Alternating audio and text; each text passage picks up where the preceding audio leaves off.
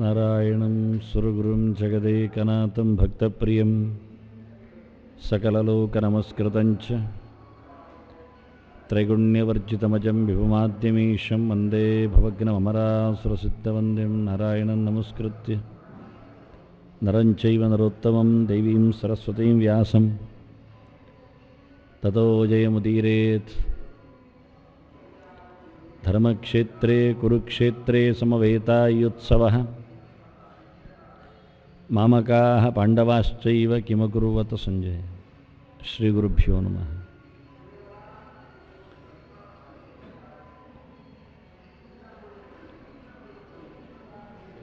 ಕರ್ಮಗಳ ಫಲಗಳ ಚಿಂತನೆಯಲ್ಲಿ ಕರ್ಮ ಮಾಡುವವನಿಗೆ, ಕರ್ತೃವಿಗೆ ಅವನದ್ದೇ ಆಗಿರತಕ್ಕಂತಹ ಸ್ವಭಾವ ಇದೆ, ಅದಕ್ಕನುಗುಣವಾಗಿ ಅವನು ಮಾಡಬೇಕು ಅನ್ನುವ ಆದೇಶವನ್ನು ಕೃಷ್ಣ ತಿಳಿಸಿಕೊಡ್ತಾ ಇದ್ದಾನೆ. ಬ್ರಾಹ್ಮಣ, ಕ್ಷತ್ರಿಯ, ವೈಶ್ಯ, ಶೂದ್ರ ಎನ್ನುವುದು ಜೀವನ ಸ್ವಭಾವ. ಆಯಾ ಸ್ವಭಾವದಂತೆ ಜೀವ ತನ್ನ ಕರ್ಮವನ್ನು ಮಾಡಬೇಕು. ಅದಕ್ಕನುಗುಣವಾದ ಕರ್ಮಕ್ಕೆ ಫಲಗಳ ಚಿಂತನೆ ಅಂತ ಕೃಷ್ಣ ಅವರದ್ದೇ ಆಗಿರತಕ್ಕ ಸ್ವಭಾವದಿಂದ ಉಂಟಾದ ಗುಣಗಳು ಅದು ಯಾವುದು ಹೇಳಲಿಲ್ಲ. ಸ್ವಭಾವ ಪ್ರಭವೈರ್ ಗುಣೈಹಿ ಅಂತ ಹೇಳಿಬಿಟ್ಟ. ಗುಣಗಳು ಅಂತ ಬಹುವಚನ ಬಂದದ್ದಕ್ಕೆ ನೋಡಿ ನಾವು ಸತ್ವರಜಸ್ಸು ತಮಸ್ಸು ಇರಬಹುದು ಅಂತ ಯೋಚನೆ ಮಾಡಿದರೆ ಕೃಷ್ಣ ಅದಲ್ಲ ಅಂತಾನೆ. ಸ್ವಭಾವದಿಂದ ಹುಟ್ಟಿದ ಗುಣಗಳು ಬೇರೆ ಬೇರೆ ಇವೆ. ಅದನ್ನು ಪ್ರವಿಭಕ್ತಾನಿ, ಬೇರೆ ಬೇರೆ ರೀತಿಯಲ್ಲಿ ಅವರವರಿಗೆ ಇದೆ ಅಂತ ಹೇಳೋದು ತೋರಿಸಿಕೊಡ್ತೇನೆ ಅಂತ ಹೇಳಿ ಬ್ರಾಹ್ಮಣ, ಕ್ಷತ್ರಿಯ, ವೈಶ್ಯ, ಶೂದ್ರ ಅಂತ ಅನಿಸಿಕೊಳ್ಳುವ ಸ್ವಭಾವತಃ ಪ್ರತ್ಯೇಕವಾಗಿರುವವರ, ನಾವಿವತ್ತು ಬ್ರಾಹ್ಮಣ, ಕ್ಷತ್ರಿಯ, ವೈಶ್ಯ, ಶೂದ್ರ ಅಂತ ಗುರುತಿಸುವುದು ಜಾತಿಯ ಆಧಾರದಲ್ಲಿ. ಜಾತಿ ಅಂದರೆ ಜನ್ಮ, ಹುಟ್ಟುವುದು ಅಂತ ಅರ್ಥ. ಹುಟ್ಟಿದ ನೆಲೆಯಲ್ಲಿ ಹೇಳುತ್ತೇವೆ. ಹುಟ್ಟಿದಾಗ ಯಾರಲ್ಲಿ ಹುಟ್ಟಿ ಒಂದು ಜೀವ ಇಡೀ ಪ್ರಪಂಚದಲ್ಲಿ ಎಲ್ಲಿಯೂ ಬರಬಹುದವನು. ಆಗುವಾಗ ಅವನು ಯಾವ ವ್ಯಕ್ತಿಯಲ್ಲಿ ಹುಟ್ಟಿದ ಅದನ್ನು ನೋಡುತ್ತೇವೆ, ಗುರುತಿಸ್ತೇವೆ. ಅದು ಜಾತಿ ಅಂತ ಹೇಳುತ್ತೇವೆ. ಸಾಮಾನ್ಯವಾಗಿ ಜಾತಿಯ ಬಗ್ಗೆ ಮಾತಾಡುವಾಗ ಆಚಾರ್ಯರದ್ದೇ ವಾಕ್ಯ ಅದು. ಪಿತೃಗುಣ ಮಾತೃಜಾತಿ ಸುತಾನಾಂ ಎನ್ನುವುದು ಸಾಮಾಜಿಕವಾದ ಒಂದು ಧೋರಣೆ, ಮೌಲ್ಯ ಅಂತ ಹೇಳ್ತಾರೆ. ಒಬ್ಬ ವ್ಯಕ್ತಿಯನ್ನು ಯಾವ ಜಾತಿ ಅಂತ ಹೇಳುವುದು ಹೇಗೆ ಕೇಳಿದರೆ ಅವನ ತಾಯಿಯನ್ನು ನೋಡಿ ಅಂತ. ಅವನ ಗುಣ ಎಂಥದ್ದು ಬರ್ತದೆ ಅಂತ ಕೇಳಿದರೆ ಅದು ತಂದೆಯಿಂದ ಅಂತ ಹೇಳ್ತಾನೆ. ಏನ್ರಿ ಹಾಗೆ ಹೇಳ್ತೀರಿ?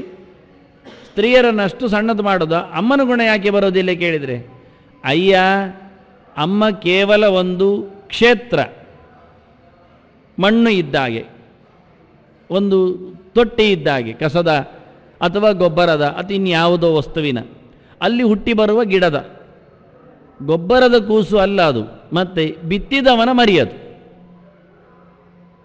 ಯಾವ ಚಟ್ಟಿಯಲ್ಲೇ ಬರಲಿ, ಗುಲಾಬಿ ಚಟ್ಟಿ ನಾವು ಹೆಸರಿಡುವುದಿಲ್ಲ. ಅರಳಿದ ನಂತರ ಗುಲಾಬಿ ಚಟ್ಟಿ ಹೆಸರಿಡುತ್ತೇವೆ. ಮೊದಲು ಒಂದು ಚಟ್ಟಿ, ಅದರಲ್ಲಿ ಏನು ಅರಳಿತ್ತು? ಗುಲಾಬಿ ಅರಳಿ. ಹಾಗಾದರೆ ಗುಲಾಬಿ ಯಾರೋ ನೆಟ್ಟಿದ್ದಾರೆ, ನೆಟ್ಟವನು ಯಾರು? ಅವನಪ್ಪ. ಯಾರು ನೆಟ್ಟಿದ್ದಾನೋ ಅದು ಅವನ ಮರಿ. ಎಲ್ಲಿ ನೆಟ್ಟಿದ್ದಾನೋ ಅದರ ಜಾತಿ. ಅಲ್ಲಿ ಯಾಕೆ ಹಾಗಾಯಿತು ಕೇಳಿದರೆ ಅದು ಎರೆಹುಳ ಗೊಬ್ಬರ ಉಪಯೋಗಿಸಿದ್ದಾರೆ, ಆದರೆ ಅದು ಎರೆಹುಳದಾಗೆ ಕಾಣುತ್ತದೆ, ಗುಲಾಬಿ ಅಂತಾರೆ. ಹಾಗೆ. ಅದು ಮೀನಿನ ಗೊಬ್ಬರ ಹಾಕಿದ್ದಾರೆ, ಆದರೆ ಅದು ಮೀನಿನಾಗೆ ಕಾಣುತ್ತೆ. ಜಾತಿಯಾಗುವುದು ಅದರಿಂದ, ಗುಣ ಬರುವುದು ಇಲ್ಲಿಂದ. ಪಿತೃಗುಣ ತಂದೆಯ ಬೀಜ, ತಂದೆ ಆಹಾರದಲ್ಲಿ ಸ್ವೀಕಾರಗೊಂಡು ಅಲ್ಲಿಂದ ತಾನು ಧಾತುವನ್ನು ತಾಯಿಯ ಗರ್ಭದಲ್ಲಿ, ಹೆಂಡತಿಯ ಗರ್ಭದಲ್ಲಿ ಇಡ್ತಾನೆ. ಅದರಿಂದ ಬೀಜ ಅಲ್ಲಿದೆ. ಅದರಿಂದ ಏನು ಆಗಿದೆ ಎನ್ನುವುದು ಗುಣ ನೋಡಲಿಕ್ಕೆ ತಂದೆತ್ತು. ಆ ಬಳಿಕ ಎಲ್ಲಿ ಹುಟ್ಟಿದ್ದದು? ತಾಯಿಯಲ್ಲಿ ಹುಟ್ಟಿದ್ದು. ಅದರ ತಾಯಿ ಯಾವ ಜಾತಿ? ಅಲ್ಲಿಂದ ಬಂದಿದ್ದು. ಹಾಗಾಗಿ ಎಷ್ಟೋ ಋಷಿಗಳದ್ದು ಬೀಜವು ಎಷ್ಟೋ ಜನರಲ್ಲಿ ಹುಟ್ಟಿ ಬಂದಿದೆ. ಅಂದ ತಕ್ಷಣ ಅವರು ಋಷಿಗಳಾಗುವುದಿಲ್ಲ, ಆಗಬೇಕಾಗಿಲ್ಲ. ಆದರೆ ಗುಣ ಋಷಿಗಳದ್ದೇ. ವೇದವ್ಯಾಸರು ಧೃತರಾಷ್ಟ್ರನನ್ನು ಹುಟ್ಟಿಸಿದ್ರು. ಧೃತರಾಷ್ಟ್ರ ಹುಟ್ಟಿದ್ದು ಅಂಬಿಕೆಯಲ್ಲಿ. ಅಂಬಿಕೆ ಕ್ಷತ್ರಿಯಳು, ಕಾಶಿರಾಜನ ಮಗಳು. ಹುಟ್ಟಿದವನು ಧೃತರಾಷ್ಟ್ರ ಕ್ಷತ್ರಿಯ. ಅವನಲ್ಲಿರತಕ್ಕ ಗುಣ ತಂದೆತ್ತು ವೇದವ್ಯಾಸರತ್ತು. ಬ್ರಾಹ್ಮ ಗುಣ, ವೇದಾಂತದ ಗುಣಗಳು. ವಿದುರ ಹುಟ್ಟಿದ್ದು ಅಂಬಿಕೆಯಲ್ಲಿ ಅಲ್ಲ, ಅಂಬಿಕೆಯ ದಾಸಿಯಲ್ಲಿ, ಅಂಬಿಕೆಯ ಕೆಲಸ ಮಾಡುವವಳಲ್ಲಿ. ಅಂತಹ ಶೂದ್ರರಲ್ಲಿ ಹುಟ್ಟಿದ್ರಿಂದ ವಿದುರ ಶೂದ್ರ, ಜಾತಿಯಿಂದ ಶೂದ್ರ. ಗುಣ ವೇದವ್ಯಾಸರತ್ತು. ಪಿತೃಗುಣ ಮಾತೃಜಾತಿ. ಭೀಮಸೇನ ಕ್ಷತ್ರಿಯ, ಹಿಡಿಂಬೆ ರಕ್ಕಸಿ. ಅದನ್ನು ಹುಟ್ಟಿದವ ಘಟೋತ್ಕಚ ರಕ್ಕಸನಾಗಿದ್ದಾನೆ, ಮಾತೃಜಾತಿ, ತಾಯಿಯಾಗೇ ಇದ್ದಾನೆ. ಆದರೆ ಗುಣ ಭೀಮಸೇನನತ್ತು.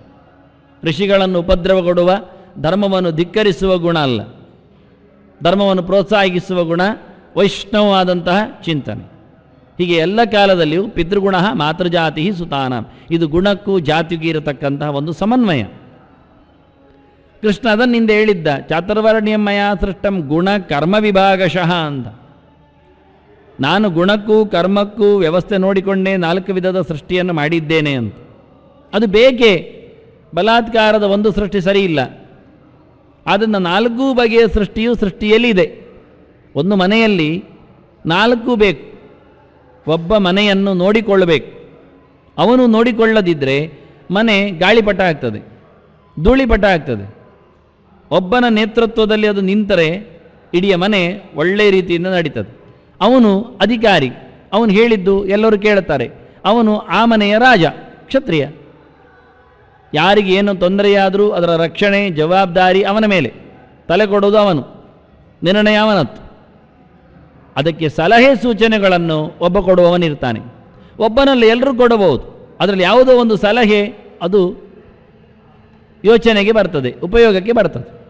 ಅದು ಯಾರು ಕೊಡ್ತಾರೋ ಅವರಲ್ಲಿನ ಜ್ಞಾನಿ ವರ್ಗ. ಹೀಗಿರಬಹುದು, ಹೀಗೆ ಸಾಧ್ಯತೆ ಇದೆ, ಇದು ತೀರ್ಮಾನ ಚಂದ, ಇದು ಚಿಂತನೆಯಲ್ಲಿರಬೇಕು ಅಂತ ಒಳ್ಳೆಯ ರೀತಿಯಿಂದ ಅನುಕೂಲಕರವಾಗಿ ಯೋಚನೆ ಮಾಡಿಕೊಂಡು ಯೋಜನೆಗಳನ್ನು ಕೊಡುವವ ಅವನನ್ನು ಮಂತ್ರಿ ಅಂತ ಕರಿಬಹುದು. ಮಂತ್ರಣ ಅಂದರೆ ಚಿಂತನೆ ಅಂತ ಅರ್ಥ, ಸಲಹೆ ಸೂಚನೆ ಅಂತ ಅರ್ಥ. ಅವನೇ ಬ್ರಾಹ್ಮಣ. ಪ್ರಮಾಣ ಅವನು ಕೇಳುತ್ತಾನೆ, ಹಾಗೆ ಯಾಕೆ ಆಗಬೇಕು, ಪ್ರಮಾಣ ಕೊಡ್ತಾನೆ. ಅವನು ಪುರಾಣಗಳನ್ನು ಹೇಳುತ್ತಾನೆ, ಸಂಪ್ರದಾಯವನ್ನು ತೋರಿಸ್ತಾನೆ, ಆಚಾರದಲ್ಲಿನ ಯುಕ್ತಿಯನ್ನು ಇಡುತ್ತಾನೆ, ಸರಿಯಾಗುತ್ತೆ. ಇಷ್ಟೆಲ್ಲ ಚಿಂತನೆಗಳ ಸಾಮ್ರಾಜ್ಯ ಇರುವವನು ಅವನು ಬ್ರಾಹ್ಮಣ. ಅದು ಬೇಕೇ. ಅದರೊಟ್ಟಿಗೆ ನಡೆಸಿಕೊಡುವವರು ಬೇಕು. ತೋಟದಲ್ಲಿ ಕೆಲಸ ಮಾಡ್ತಾ, ಅಂಗಡಿಯಲ್ಲಿ ಹೋಗಿ ತರುತ್ತಾ, ವ್ಯಾಪಾರ ವ್ಯವಹಾರಗಳನ್ನು ನೋಡಿಕೊಳ್ಳುತ್ತಾ, ದುಡ್ಡಿನ ವ್ಯವಹಾರವನ್ನು ನಡೆಸಿಕೊಡುತ್ತಾ ಒಂದು ಪ್ರಾಮಾಣಿಕವಾದ ಚೀಲ ಬೇಕು ನಮಗೆ. ಅದು ವೈಶ್ಯ. ಅಲ್ಲೇ ಕೂತುಕೊಂಡು ಹೇಳಿದ ಕೆಲಸ ಮಾಡುವವನು, ದುಡಿಸಿಕೊಳ್ಳುವವನು, ಅವನಿಗೆ ವ್ಯಾಪಾರ ವ್ಯವಹಾರ ಬರುವುದಿಲ್ಲ. ಲೆಕ್ಕಾಚಾರಕ್ಕೆ ನನ್ನನ್ನು ಕಳಿಸಿಕೊಟ್ಟರೆ ನಾನು 0 ಮಾಡ್ತೇನೆ ಅಂತಾನೆ. ಹಾಗಾದರೆ ಮನೆ ನೋಡಿಕೊಳ್ಳು ಅಂದರೆ ಅಯ್ಯ ದಮ್ಮೆಯ ಬೇಡ ಬೇಡ, ಯಾರ ಅಹವಾಲು ಕೇಳಿ ತಲೆ ಹಾಳಾಗುತ್ತೆ ಅಂದ. ಹಾಗಾದರೆ ಸಲಹೆ ಸೂಚನೆಗಳಿಗೆ ಮೊದಲೇ ಓದಲಿಕ್ಕೆ ಬರಲಿಲ್ಲ ಅಂತ. ಅವನ ಕೆಟಗರಿ ಬೇರೆ. ಅವನದ್ದು ಯಾವುದು ಕ್ಷಮತೆ ಅಂದರೆ ಅದರಲ್ಲಿ ಕ್ಷಮತೆ. ನೀವು ಹೇಳಿ ಅಂಥದ್ದು ಮಾಡ್ತೇನೆ, ಎಂತ ಬೇಕಾದ್ರೂ ಮಾಡಲಿಕ್ಕೆ ನನಗೆ ಬರ್ತದೆ, ನನ್ನ ಹತ್ರ ಹೇಳಬೇಡಿ. ಆಯ್ಕೆ ನಾನು ಮಾಡುವುದಿಲ್ಲ, ಆಯ್ಕೆ ನಿಮ್ಮದು, ತೀರ್ಮಾನ ನಿಮ್ಮದು, ಅದರ ಬದ್ಧತೆ ನನ್ನ, ನಡೆಸಿಕೊಡೋದು ನಾನು ಅಂತ. ಅದು ಅಮಾತ್ಯರು. ಮಂತ್ರಿಗಳು ಮಂತ್ರಣ ಮಾಡ್ತಾರೆ, ಅಮಾತ್ಯರು ಒಟ್ಟಿದ್ದು ಮಾಡ್ತಾರೆ. ಕೆಲವರು ಸಚಿವರು, ಅಮಾತ್ಯರು, ಮಂತ್ರಿಗಳೆಂದರೆ ಬೇರೆ ಬೇರೆ ವ್ಯವಸ್ಥೆಗಳು ಎಲ್ಲ. ಇದು ಕ್ರಮ. ಅಮ ಅಂದರೆ ಒಟ್ಟಿಗೆ, ತ್ಯ ಅಂದರೆ ಇರುವವ ಅಂತ. ಒಟ್ಟಿಗೆ ಇರುವವ ಅವನೇ ಕಾರ್ಯದರ್ಶಿ ಅಂದರೆ ಅದು. ಕಾರ್ಯದರ್ಶಿ ಸಲಹೆ ಬೇರೆ, ಕಾರ್ಯದರ್ಶಿ ಬೇರೆ. ಕೆಲಸ ಮಾಡುವವನು ಬೇಕು ನಮಗೆ. ಅವರು ತುಂಬ ಜನ ಇದ್ದರೆ ಬಹಳ ಚೆನ್ನಾಗಿ ಆಗುತ್ತೆ, ಹಂಚಿ ಕೆಲಸ ಮಾಡಲಿಕ್ಕೆ ಬರುತ್ತೆ. ಇವರು ಮಾಡೋದಿಲ್ಲ. ಇವರು ಮಾಡಬೇಕು ಹೇಗೆ ಎನ್ನುವುದನ್ನು ಧೋರಣೆಯಲ್ಲಿ ಕೊಡ್ತಾರೆ, ಅವರಿಗೆ ಮಾಡಲಿಕ್ಕೆ ಬರೋದಿಲ್ಲ. ಈ ರೀತಿಯಾಗಿ ಬಹಳ ಸುಂದರವಾಗಿ ಎಲ್ಲ ಕಡೆಯಲ್ಲಿ ಎಲ್ಲ ಕಡೆ ಇದೆ ಅಂತ. ಇದು ಇರಲೇಬೇಕು ಅಂತಾನೆ. ಸಮಾಜದ ಸ್ವಾಸ್ಥ್ಯಕ್ಕೆ ಇದು ಒಳ್ಳೆಯದು. ಒಂದು ಮನೆಯಲ್ಲಿ 4 ಇದ್ದಾರೆ ಅಂದ ತಕ್ಷಣ ಶೂದ್ರನಿಗೆ ಕೊನೆಗೂಟ ಹಾಕುವುದಿಲ್ಲ. ಅವನಿಗೊಂದೊಮ್ಮೆ ಅಡುಗೆಗೆ ಬಿಟ್ಟಿದ್ರೆ, ಅಡುಗೆ ಮಾಡಲಿಕ್ಕೆ ಇಟ್ಟಿದ್ರೆ ಮಾಡ್ತಾ ಕೂತಾಗ ಮೊದಲು ಕಾಫಿ ಕುಡಿದು ನೋಡ್ತಾನೆ, ಚೆನ್ನಾಗಿದೆ, ಇನ್ನೊಂಚೂರು ಉಪ್ಪು ಕಮ್ಮಿ ಇದೆ ಹಾಕ್ತಾನೆ. ಅದು ಗೊತ್ತಿಲ್ಲ ಹಾಕ್ತಾರೆ ಇಲ್ಲ. ಉಪ್ಪಲ್ಲದಿದ್ದರೆ ಬೇರೆ ಸಕ್ಕರೆ ಇಟ್ಕೊಳ್ಳಿ. ಈಗ ಶುಗರ್ಲೆಸ್ನವ್ರು ಎಂತ ಹಾಕೋದು ಮತ್ತೆ ಉಪ್ಪು ಹಾಕದೆ ಏನೋ ಒಂದು ಮಾಡಿ ಕೊಡ್ತಾನವ. ಮೊದಲು ಕುಡಿದಿರ್ತಾನೆ. ಬ್ರಾಹ್ಮಣನಿಗೆ ಹೇಳಲಿಕ್ಕೆ, ಅಯ್ಯ ರುಚಿ ಇಲ್ಲದ ನಿನ್ನ ಕೊಟ್ಟು ನಾನು ಯಾಕೆ ಶಾಪ ತಿನ್ಬೇಕು, ನಿನಗೆ ರುಚಿಯಾದ್ದು ಕೊಡುವ ಅಂತ ನೋಡಿ ಕೊಟ್ಟಿದ್ದೇನೆ ಅಂದ. ಸರಿ ಆಯ್ತಲ್ಲ, ಮತ್ತೆಂದು ಮಾಡಿ. ಆದ್ದರಿಂದ ಯಾವ ಜಾತಿ ಹೇಳಿಕೊಂಡದಕ್ಕೆ ಕ್ರಮ ಪ್ರಕಾರ ಕೊಡಬೇಕು, ಅವನಿಗೆ ಮೊದಲು ಇವನಿಗೆ ಮೊದಲು ಪ್ರಶ್ನೆಯೇ ಇಲ್ಲ. ಎಷ್ಟು ಸಣ್ಣವ ಹೇಳಿದರೂ ಸಲಹೆಯನ್ನು ಸ್ವೀಕರಿಸಬೇಕು. ದೊಡ್ಡವರಿಗೆ ಮಾತ್ರ ನಾವು ಬ್ರಾಹ್ಮಣ ಮಾಡುವುದು ಅದು ಪ್ರಯೋಜನ ಇಲ್ಲ, ಹಾಗಿಲ್ಲೇ ಇಲ್ಲ. ಮುದುಕರಿಗೆ, ರಿಟೈರ್ಡ್ ಆದವರಿಗೆ ಬ್ರಾಹ್ಮಣ ಪಟ್ಟ ಕೊಡೋದು ಆನಂತರದವರು ಗಟ್ಟಿಮುಟ್ಟಾದವರು ತೋಟ ನೋಡಿ ಮನೆ ನೋಡಿಕೊಳ್ಳುವುದು, ಉಳಿದವರು ತೋಟದಲ್ಲಿ ದುಡಿಯುವುದು. ಆಗಿಲ್ಲ, ಇಲ್ಲೇ ಇಲ್ಲ ಅಂತಾರೆ. ಯಾರಿಗೆ ಯೋಗ್ಯತೆ ಇದೆ ಅವರು. ಎಷ್ಟು ಸಣ್ಣವನೂ ರಾಜ ಆಗ್ಬೋದು, ಎಷ್ಟು ಚಿಕ್ಕವನು ಸಲಹೆಗಾರ ಆಗ್ಬೋದು, ಎಷ್ಟು ಮುದುಕನು ಕೆಲಸಗಾರ ಆಗ್ಬೋದು. ಅವನ ಯೋಗ್ಯತೆ ಅವನಿಗೆ. ಈ ರೀತಿಯಾಗಿ ಅವರವರೇ ಮಾಡಿಕೊಳ್ತಾರೆ. ಅದಕ್ಕೇನು ಚೀಟಿ ಹಾಕಲಿಕ್ಕಿಲ್ಲ. ಚೀಟಿ ಹಾಕಿ ಮಾಡುವುದಲ್ಲ ಇದು. ಇನ್ನು ನಾಳೆಯಿಂದ ನೀನು ಸಲಹೆಗಾರ, 1 ವರ್ಷ ನಿನಗೆ ಪರ್ಯಾಯ, ನೀನು ಹೇಳಿದಾಗೆ ನಡೆಯುವುದು ಅಂದರೆ ಇಡೀ ಜಗತ್ತನ್ನೇ ಕೆಳಗೆ ಹಾಕಿ ಪ್ರಯೋಜನ ಇಲ್ಲ. ಅದನ್ನ ಚೀಟಿ ಹಾಕಿ ಆಯ್ಕೆ ಮಾಡಿ ಸೂಚಿಸಿ ಮತ ಹಾಕಿ ಇದು ಕೆಲಸವೇ ಅಲ್ಲ ಅಂತಾನೆ. ಮತಿಯಂತೆ ಕೆಲಸ, ಮತದಂತೆ ಕೆಲಸ ಅಲ್ಲ. ನನಗೆ ಏನಾಗಲಿಕ್ಕೆ ಇದೆ ಎನ್ನುವುದು ನನ್ನ ಯೋಗ್ಯತೆ ನನಗೆ ಗೊತ್ತಿರುತ್ತೆ, ನಿಮಗಲ್ಲ. ಹಾಗಾಗಿ ಅದನ್ನು ಮಾಡಿಕೊಳ್ಳುವುದು ಅವನು. ಅವರವರ ಯೋಗ್ಯತೆಯಂತೆ ಅವರವರಿಗೆ ಹೇಳಿಸಿದಂತೆ ನಡೆಸಿಕೊಳ್ಳುವುದು ಒಂದು ಸಮಾಜದ, ಒಂದು ಮನೆಯ, ಒಂದು ವೈಯಕ್ತಿಕವಾದ, ಒಂದು ವ್ಯಕ್ತಿ ಹಾಳಾದರೂ ಸಮಾಜ ಹಾಳಾಗುತ್ತೆ. ಇಡೀ ಸಮಾಜದಲ್ಲಿ ಒಬ್ಬ ವ್ಯಕ್ತಿಯಲ್ಲಿ ಬಿಡುವಾಗಿಲ್ಲ, ಅದು ಹಾಳಾಗುತ್ತೆ ಸಮಾಜಕ್ಕೆ. ಅಂದ ಸಮಾಜದ ಬದ್ಧತೆಯು ವ್ಯಷ್ಟಿಯ ಬದ್ಧತೆಯು ಎರಡು ಒಟ್ಟೊಟ್ಟಿಗೆ. ಒಂದು ವ್ಯಕ್ತಿ ಹಾಳಾದರೂ ಹಾಳೆ, ಸಮಾಜದಲ್ಲಿ ಒಂದು ಕೈ ತುಂಡಾದಾಗಿ. ಒಂದು ವ್ಯಕ್ತಿಯ ಹಾಳುತನದಿಂದ ಸಮಾಜಕ್ಕೂ ಹಾಳೆ, ಸಮಾಜದಲ್ಲಿ ಒಂದು ಕೈ ತುಂಡಾದಾಗಿ. ವ್ಯಕ್ತಿ ಹೋದರೂ ಒಂದೇ, ಸಮಾಜ ಹಾಳಾದರೂ ಒಂದೇ, ಎಲ್ಲವೂ ಕೇಳಲಿಕ್ಕಿಲ್ಲ ಅಂತ.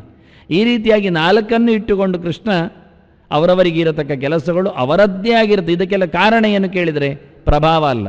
ಮನೆಯಲ್ಲಿ ಅಷ್ಟು ಜನ ಇದ್ದಾರೆ, ಅವರ ಪ್ರಭಾವ ಯಾಕೆ ಬೀಳಲಿಲ್ಲ? ಒಬ್ಬರಿಗೆ ನೋಡಿಕೊಳ್ಳುವ ಇದ್ದಾನೆ, ಅವರ ಪ್ರಭಾವ ಉಳಿದವರಿಗೆ ಬೀಳಲಿ. ಹೇಳುವವ ಇದ್ದಾನೆ, ಅವನ ಪ್ರಭಾವ ಉಳಿದವರಿಗೆ ಬೀಳಲಿ. ಇಲ್ಲ, ಯೋಗ್ಯತೆ ಎಲ್ಲರಿಗೆ ಆಗುವುದಿಲ್ಲ ಅಂದಾನೆ. ಆದ್ದರಿಂದ ಮನೆಯೊಳಗಿದ್ದರೆ ಪ್ರಭಾವ ಬೀರುವುದಿಲ್ಲ, ಆದರೆ ಊರಿನ ಪ್ರಭಾವ ಹೇಗೆ ಹೇಳ್ತೀರಿ? ಅಂದ ಪ್ರಭಾವಗಳು ಅಲೆಗಳು ಇದ್ದಾಗೆ ಬಂದು ಹೋಗ್ತವೆ. ಸ್ವಲ್ಪ ಏನು ಮಿಂಚಿದಾಗ ಆಗತ್ತೆ, ಮತ್ತೆ ಮರೆತೋಗುತ್ತೆ, ಬರೋದಿಲ್ಲ. ಅದರಿಂದ ವೈದ್ಯನ ಮಗ ವೈದ್ಯನಾಗಬೇಕಾಗಿಲ್ಲ, ಅಧ್ಯಾಪಕನ ಮಗ ಅಧ್ಯಾಪಕನಾಗಬೇಕಾಗಿಲ್ಲ, ರಾಜನ ಮಗ ರಾಜನಾಗಬೇಕಾಗಿಲ್ಲ. ಅರಸು ಗದ್ದೆ ಹೇಳಿಕೊಂಡು ಬಂದಿದ್ದ ಪರಂಪರೆಯಲ್ಲಿ ಕೂತ್ಕೊಳ್ಬೇಕಷ್ಟೇ ಹೊರತು ಪ್ರಯೋಜನ ಇಲ್ಲ ಅಂತಾನೆ. ಅದನ್ನು ಹಿಂದಿನ ಕಾಲದಲ್ಲಿ ಯೋಗ್ಯತೆಗೆ ಹೇಳಿದ್ದ. ಯತಿಯನ್ನು ಬಿಟ್ಟರು, ಯಯಾತಿಗೆ ಪಟ್ಟ ಕೊಟ್ಟರು. ಯತಿ ಹೇಳಿದ ನನಗೆ ಯೋಗ್ಯತೆ ಇಲ್ಲ ಅರಸೊತ್ತಿಗೆಯಲ್ಲಿ, ನಾನು ಕೂತ್ಕೊಳ್ಳುವುದಿಲ್ಲ ಅಂದ, ಹೊರಟೋದು. ಧೃತರಾಷ್ಟ್ರ ಅತಕ್ಷತ್ವಾತ್ ರಾಜ್ಯನ್ನ ಪ್ರತ್ಯಬದ್ಧತ. ಧೃತರಾಷ್ಟ್ರ ಕ್ಷತ್ರಿಯ, ಅರಸೊತ್ತಿಗೆ ದೊಡ್ಡ ಮಗ, ಅಂಬಿಕೆಯಲ್ಲಿ ಬಂದಿದ್ದಾನೆ, ಕೂತ್ಕೊಳ್ಳೋದಿಲ್ಲ ಅಂದ. ಅವನಿಗೆ ಕಣ್ಣು ಸರಿ ಇಲ್ಲ, ಆಜಿಗಿಡಿ ಅಂದ. ಅವನಿಗೆ ಸಿಂಹಾಸನ ಎಲ್ಲಿ ಉಂಟು ಕಾಣೋದಿಲ್ಲ, ಮತ್ತೆ ಅವನು ರಾಜ ದರ್ಬಾರ್ ಮಾಡಿದೆಂಥದ್ದು ಅಂದ. ಪ್ರಯೋಜನ ಇಲ್ಲ. ಯಾರಾದರೂ ಸಿಂಹಾಸನ ಆಚೆ ಎತ್ತಿಕೊಂಡು ಇವನಿಗೆ ಪರ್ಕಡ್ ಕುರ್ಚಿ ಇಟ್ಟರೆ ಕೂತ್ಕೊಳ್ತಾನೆ, ಅಷ್ಟೇ, ಗೊತ್ತಾಗೋದಿಲ್ಲ. ಅದನ್ನ ಬೇಡಯ್ಯ ನೀನು ರಾಜನಾಗುವುದಂದ್ರು. ಯೋಗ್ಯತೆಗೆ ಮನ್ನಣೆ. ಹುಟ್ಟಿದ್ರಿಂದ ಜಾತಿಯಿಂದ ಯಾವ ಕಾಲದಲ್ಲಿಯೂ ಬೆಲೆ ಕೊಟ್ಟಿಲ್ಲ. ವಿದುರ ಶೂದ್ರ ಜಾತಿ, ಆದ್ದರಿಂದ ಅರಮನೆ ಬರಬೇಡ, ಇಲ್ಲ, ಅವನು ಪಕ್ಕದಲ್ಲೇ ಕೂತ್ಕೊಳ್ತಿದ್ದ ಪ್ರಧಾನಮಂತ್ರಿ. ಆ ಕಾಲದಲ್ಲಿ ಅವನು ಹೇಳಿದ್ದೇ ಸಲಹೆ ಸೂಚನೆಗಳಿಗೆ ಬೆಲೆ ಇತ್ತು. ಅದನ್ನು ಕೆಳ ಹಾಕುವವರು ಎಷ್ಟೋ ಜನ ಇದ್ದರು, ಅದು ವಿಷಯ ಬೇರೆ, ಅದು ಇವತ್ತೂ ಇರ್ತಾರೆ. ಒಳ್ಳೆಯ ಮಂತ್ರಿಗಳನ್ನು ಯಾರು ಉಳಿಸಿಕೊಳ್ಳುವುದಿಲ್ಲ. ಆದರೆ ಸ್ಥಾನ ಗಿಟ್ಟಿಸಿತ್ತು, ಸ್ಥಾನ ಕೊಟ್ಟಿತ್ತು, ಯುದ್ಧ ನಡೀತು. ಆದ್ದರಿಂದ ಜಾತಿಯ ಆಧಾರದ ಮೇಲೆ ಮೀಸಲಾತಿಯ ಚಿಂತನೆಯಲ್ಲಿ ಎಲ್ಲಿಯೂ ಯಾವುದೇ ಅಯೋಗ್ಯನಿಗೆ ಪಟ್ಟ ಅಂತ ಇರಲೇ ಇಲ್ಲ. ಯೋಗ್ಯತೆಗೆ ಅನುಗುಣವಾಗಿ ಕ್ರಮ ಪ್ರಕಾರ ಅವರವರ ಅಂತಸ್ತಿಗೆ ಅನುಗುಣವಾದಂತಹ ಮನ್ನಣೆ, ಮರ್ಯಾದೆ, ಚಿಂತನೆ ಎಲ್ಲವೂ ಪ್ರತಿಯೊಂದು ಇತ್ತು. ಇದನ್ನು ಕೃಷ್ಣ ಇಟ್ಟುಕೊಂಡು ಚೆನ್ನಾಗಿ ಬ್ರಾಹ್ಮಣ ಗುಣಗಳು ಏನು, ಕ್ಷತ್ರಿಯ ಸ್ವಭಾವ ಸಹಜವಾದಂತಹ ಗುಣವಂತಿಗೆ ಹೇಗೆ, ವೈಶ್ಯರಿಗೆ ಇರುವ ಲಕ್ಷಣ ಏನು, ಶೂದ್ರರ ಕ್ರಮ ಏನು ಅಂತ ಹೇಳಿಕೊಂಡು ಪ್ರತಿಯೊಬ್ಬರ ಸ್ವಭಾವಗಳನ್ನು ಇಲ್ಲಿಯೂ ಹಾಗೆ ಸ್ವಭಾವಜಂ ಅಂತಾನೆ. ಶಮೋ ದಮಃ ತಪಃ ಶೌಚಂ ಕ್ಷಾಂತಿ ಆರ್ಜವಮೇವ ಚ ಜ್ಞಾನಂ ವಿಜ್ಞಾನಂ ಆಸ್ತಿಕ್ಯಂ ಬ್ರಾಹ್ಮಂ ಕರ್ಮ ಸ್ವಭಾವಜ. ಸ್ವಭಾವಜಾತವಾದದ್ದು.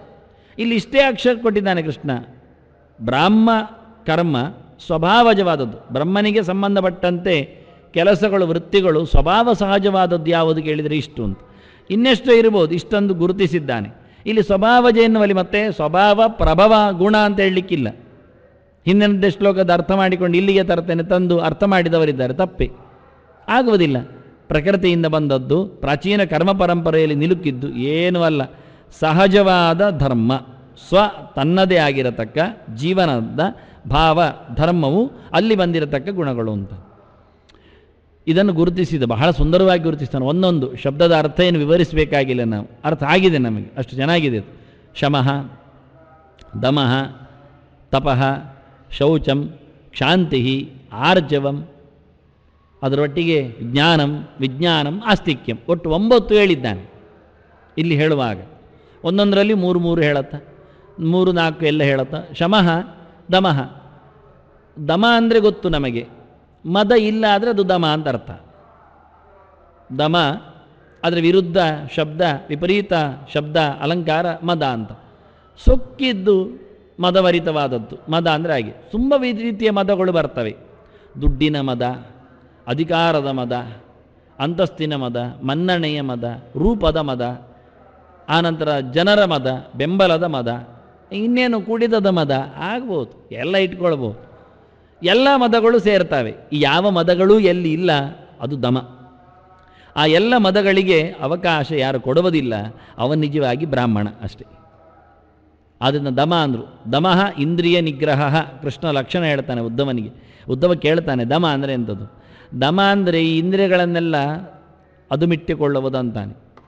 ಕಣ್ಣಿಗೆ ಕಾಣುವ ಚಾಪಲ ಇರುತ್ತೆ, ಸಾಕಯ್ಯ ಅಂತ ಕಾಣಬೇಕಯ್ಯ, ಅದು ಮತ್ತೆ ಸೊಕ್ಕಿ ಬಿಡುತ್ತೆ. ಕೊಟ್ಟಾಗೆ ನಾವು ತಿಳ್ಕೊಂಡದ್ದಾಗೆ ಕೊಟ್ಟು ಒಮ್ಮೆ ಬಾಯಿ ಮುಚ್ಚು ಅಂತ. ಯಾವ ಕಾಲದಲ್ಲಿಯೂ ಯಾವ ಪದಾರ್ಥವನ್ನು ಯಾರಿಗೂ ಎಂದೂ ಸಹ ಕೊಟ್ಟು ಬಾಯಿ ಮುಚ್ಚಿಸಲಿಕ್ಕೆ ಬರುವುದಿಲ್ಲ ಎನ್ನುವುದು ಖಾತ್ರಿ.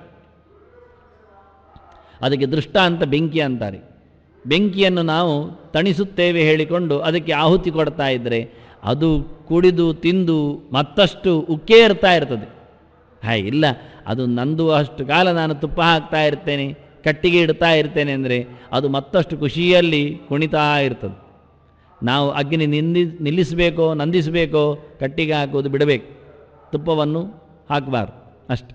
ಅದನ್ನು ಕಣ್ಣು ಎನ್ನುವುದು, ಕಿವಿ ಎನ್ನುವುದು ಎಲ್ಲ ಅಗ್ನಿಕುಂಡಗಳಿದ್ದಾಗೆ, ಅವುಗಳಿಗೆ ವಿಷಯಗಳು ಎನ್ನುವಂಥದ್ದು ಪದಾರ್ಥಗಳಿದ್ದಾಗೆ, ತುಪ್ಪ ಕಟ್ಟಿಗೆಗಳು ಇದ್ದಾಗೆ. ಪ್ರಪಂಚವೇ ಒಂದು ದೊಡ್ಡ ಇಂಧನ ಶಕ್ತಿ ಕಟ್ಟಿಗೆ. ಅಲ್ಲಿ ಇರತಕ್ಕಂಥ ಒಂದೊಂದು ವಸ್ತುಗಳು ಒಂದು ತುಪ್ಪ ಇದ್ದಾಗೆ, ಆಹುತಿಗಳಿದ್ದಾಗೆ. ಆ ಆಹುತಿಗಳು ನಮ್ಮ ಒಳಗೆ ಬಂದಾಗ ಅದು ತನ್ನಷ್ಟಕ್ಕೆ ಕಣ್ಣು ಕೊಣಿಯುತ್ತದೆ, ಅರಳುತ್ತದೆ, ಇಷ್ಟಪಡುತ್ತದೆ ಮತ್ತು ಕಾಣಲಿಕ್ಕೆ ಆಸೆ ಮಾಡ್ತದೆ. ಕಿವಿಯೂ ಹಾಗೆ. ವಸ್ತು ಪ್ರದರ್ಶನಾಲಯದೊಳಗೆ ಹೊಕ್ಕ ವ್ಯಕ್ತಿಯಂತೆ ಕಾಣಲಿಕ್ಕೆ ಪ್ರದರ್ಶನಾಲಯ ಅಂತ ಬರೆದಿದ್ದಾರೆ. ನಾವು ತೋರಿಸುತ್ತೇವೆ, ನೀವು ನೋಡಲು ಬನ್ನಿ ಅಷ್ಟೇ. ನೀವು ಕೊಟ್ಟ ದುಡ್ಡು ನೋಡಲಿಕ್ಕೆ ಮಾತ್ರ, ನೋಡಿದ್ದಕ್ಕೆ ದುಡ್ಡು. ಅದು ಗೊತ್ತಿದ್ದು ಅಷ್ಟು ಕರಾರುವಿನಲ್ಲೇ ನಮ್ಮ ಪ್ರವೇಶ ಆಗ್ತದಾದರೂ ಅಲ್ಲಿ ಆದರೂ ಅವರೊಂದು ಚೂರು ಜಾಗ್ರತೆ ವಹಿಸಿ ಬರೆದಿರ್ತಾರೆ. ಕೆಲವರಿಗೆ ದುಡ್ಡು ಕೊಟ್ಟು ನೋಡಲಿಕ್ಕೆ ಅಂತ ಹೇಳಿದರೂ ಸ್ವಲ್ಪ ತಲೆ ಖರ್ಚು ಹೆಚ್ಚು ಮಾಡ್ತಾರೆ ಹೇಳಿಕೊಂಡು ಅವರು ಕಣ್ಣಿಂದ ಮಾತ್ರ ಮುಟ್ಟದೆ ಕೈಯಿಂದಲೂ ನೋಡ್ತಾರೆ ಹೇಳಿಕೊಂಡು ಮುಟ್ಟಬೇಡಿ ಅಂತ ಬರೆದಿರ್ತಾನೆ. ಕಣ್ಣಿಂದ ಮುಟ್ಟಿದ ನಂತರ ಕೈಯಿಂದ ಮುಟ್ಟಿದ್ರೇನು ಅಂತ ಅವರದ್ದು ತಕರಾರು, ಕರಾರಿನ ಮೇಲೆ ತಕರಾರು ಅವರದ್ದು. ಅದಕ್ಕೋಸ್ಕರ ಅವರದ್ದರೆ ಮತ್ತೆ ಯುಕ್ತಿ. ಅದಕ್ಕೆ ಇವರೇ ಬರೀತಾರೆ, ಕೈಯಿಂದ ನೀವು ನೋಡಬೇಡಿ, ಕಣ್ಣಿಂದ ಮಾತ್ರ ನೋಡಿ. ಒಂದು ಕೈ ನೋಡ್ತೇನೆ ಕೆಲವರು ಹೇಳೋದಿಲ್ಲ, ಒಂದು ಕೈ ನೋಡ್ತೇನೆ, ಅದು ಕೈಯಿಂದ ನೋಡಿದೆ ಅಂತದ್ದು, ಕಣ್ಣಲ್ಲಿ ಅಲ್ಲ. ಅಂದರೆ ಹಾಗೆ ಮುಟ್ಟಿ ನೋಡ್ತೇನೆ ಅಂತ, ಗುದ್ದಿ ನೋಡ್ತೇನೆ ಅಂತ ಮುಟ್ಟಬೇಡಿ ಬರೀತಾರೆ. ಅವನಿಗೆ ಮುಟ್ಟಬೇಡಿ ಬರೆದದ್ದನ್ನು ಓದಲಿಕ್ಕೆ ಬರ್ತದೆ, ಕಾಣಲಿಕ್ಕೆ ಆಗ್ತದೆ, ಕಣ್ಣು ಓಡ್ತದಲ್ಲಿ. ಆ ನಂತರ ಮುಟ್ಲಿಕ್ಕೆ ಶುರು ಮಾಡ್ತದೆ. ಮುಟ್ಟಬೇಡಿ ಬರೆದಿದ್ದಾರೆ, ಆದರೆ ಏನೋ ಮುಟ್ಲಿಕ್ಕೆ ಉಂಟು ಕಾಣುತ್ತೆ ಅಂತ ಮತ್ತೆ ಮುಟ್ತಾನೆ. ಬರೆಯದಿದ್ದರೂ ಮುಟ್ತಾನೆ, ಬರೆದ್ರೂ ಮುಟ್ತಾನೆ. ಕೆಲವರು ಹೇಳೋದು ಬರೆದದ್ರಿಂದ ಟೆಂಪ್ಟ್ ಆದದ್ದು ಅದಕ್ಕೆ ಮುಟ್ಟಿದ ಅಂತ. ಇಲ್ಲಪ್ಪ, ಬರೆಯದಿದ್ದರೆ ಪೂರಾ ಮುಟ್ತಿದ್ದ. ಇದು ಎಲ್ಲೇ ಒಂದು ಕಡೆಯಲ್ಲಿ ಬರೆದದ್ದು ಅದನ್ನು ಮಾತ್ರ ಮುಟ್ಟಿ ಮತ್ತೆ ಉಳಿದದನ್ನು ಬಿಡ್ತಾನೆ. ಕೆಲವೊಮ್ಮೆ ಇಷ್ಟ ಬಂದದ್ದು ಮಾತ್ರ ಮುಟ್ತಾನೆ. ಅದನ್ನು ಮುಟ್ಟಲಿಕ್ಕಿಲ್ಲ ಹೇಳಿದರೂ ಮುಟ್ತಾನೆ. ಮುಟ್ಟಿ ನೋಡಬೇಕು ಅಂತ, ಕಣ್ಣಲ್ಲಿ ನೋಡಬೇಕು, ಮುಟ್ಟಿ ನೋಡಬೇಕು. ಮತ್ತು ಮುಟ್ಟುವುದು ಮಾತ್ರ ಅಲ್ಲ, ಎತ್ತುತ್ತಾನೆ, ಎತ್ತಿ ನೋಡ್ತಾನೆ ಅದೆಷ್ಟು ಭಾರ ಉಂಟು, ಅದು ಯಾವುದ್ರದ್ದು ಮಾಡಿದ್ದು, ಬಡಿದು ನೋಡ್ತಾನೆ ಮೆಲ್ಲಕ್ಕೆ. ಈ ತರಕಾರಿಗಳನ್ನೆಲ್ಲ ಕೆಲವರು ನೋಡೋದು ಭಾರಿ ಚೆನ್ನಾಗಿರುತ್ತದೆ. ಮುಂದೆ ತಿನ್ನುವವರಿಗೆ ತಾಪತ್ರಯ. ಅದನ್ನು ತುಂಡು ಮಾಡಿ ಬೆರಳು ಹಾಕಿ ಉಗುರಲ್ಲಿ ಅಂಟಿಸಿ ಅದರದ್ದು ತೊಟ್ಟು ತೆಗೆದು ಅದನ್ನು ಭಾರಿ ಚೆನ್ನಾಗಿ ಗಟ್ಟಿ ಉಂಟ ನೋಡಿ ಮತ್ತೆ ಗುದ್ದಿ ನೋಡಿ ಇಟ್ಟು ಕೊನೆಯವನಿಗೆ ಮತ್ತೆ ಏನು ಕೆಲಸ ಇರೋದಿಲ್ಲ, ಸೀದಾ ಬೇಯಿಸಿ ತಿನ್ನುವುದು. ಯಾಕೆ ಇವರೆಲ್ಲ ಮಾಡಿರ್ತಾರೆ ಅದನ್ನೆಲ್ಲ ಸಿಪ್ಪೆ ತೆಗೆದು. ಪ್ರಯೋಜನ ಏನಂತ, ಬೇಕಾ ಸೀದಾ ತಗೊಳ್ಳುವುದು, ಬೇಡವೋ ಬಿಡುವುದು. ಸಂಶಯ ಬಂತು ಇನ್ನೊಂದು ಕಡೆ ನಮಗೆ ಸಂಶಯ ಬರ್ತದೆ, ಒಮ್ಮೆ ಎತ್ತಿ ನೋಡಿದ್ದು ಚೆನ್ನಾಗಿ ಆಗ್ತದೆ ಅಂದ ಸಂಶಯ ನಿಲ್ಲುವುದೇ ಇಲ್ಲ ಕೊನೆಗೂ. ಮತ್ತೆ ಹೆಚ್ಚು ಮುಚ್ಚಿ ನೋಡಿದ್ದನ್ನು ಹೆಚ್ಚು ನೋಡಬೇಕು. ಮತ್ತೆ ಅವನು ಕೆಲವೊಮ್ಮೆ ಹಾಗೆ ತುಂಡು ಮಾಡಿ ತೆಗೆದು ಕೊಡ್ತಾನೆ, ಸಿಪ್ಪೆ ತೆಗೆದು ಕೊಡ್ತಾನೆ. ಒಂದು ತುಂಡು ಬಾಯಿ ಹಾಕಿದರೆ ನೋಡಿ ಮಾರೆ ತಿನ್ನು ನೋಡಿ ಮತ್ತೆ ತಗೊಂಡು ಹೋಗಿ ಅಂತ. ಪ್ರಯೋಜನ ಏನು ಇಲ್ಲ ಅಂದ. ಯಾಕೆಂದರೆ ಅವನು ಕೊಟ್ಟದ್ದ.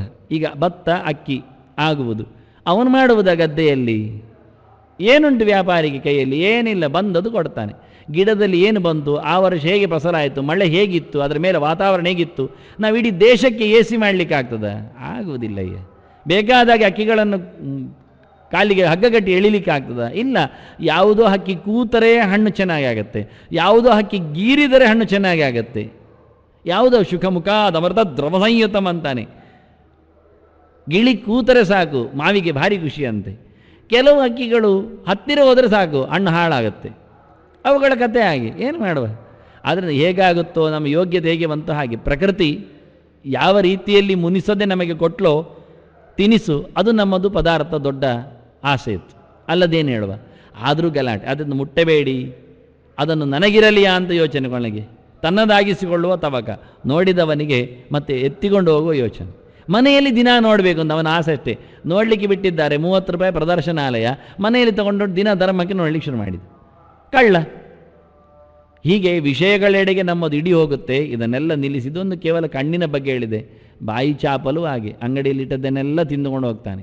ಯೋಚನೆ ಅದಕ್ಕೆ ಮುಂದಿಟ್ಟರವರು ಶಮಃ ದಮಃ ತಪಃ ಶೌಚಂ, ಇದು ಒಂದಕ್ಕೊಂದು ಪೂರಕವಾದ ಸಂಗತಿಗಳು. ನಾನು ಅರ್ಥ ಆಗಲಿಕ್ಕೆ ಮೊದಲು ದಮಃ ಎತ್ತಿಕೊಂಡೆ ಅಷ್ಟೇ.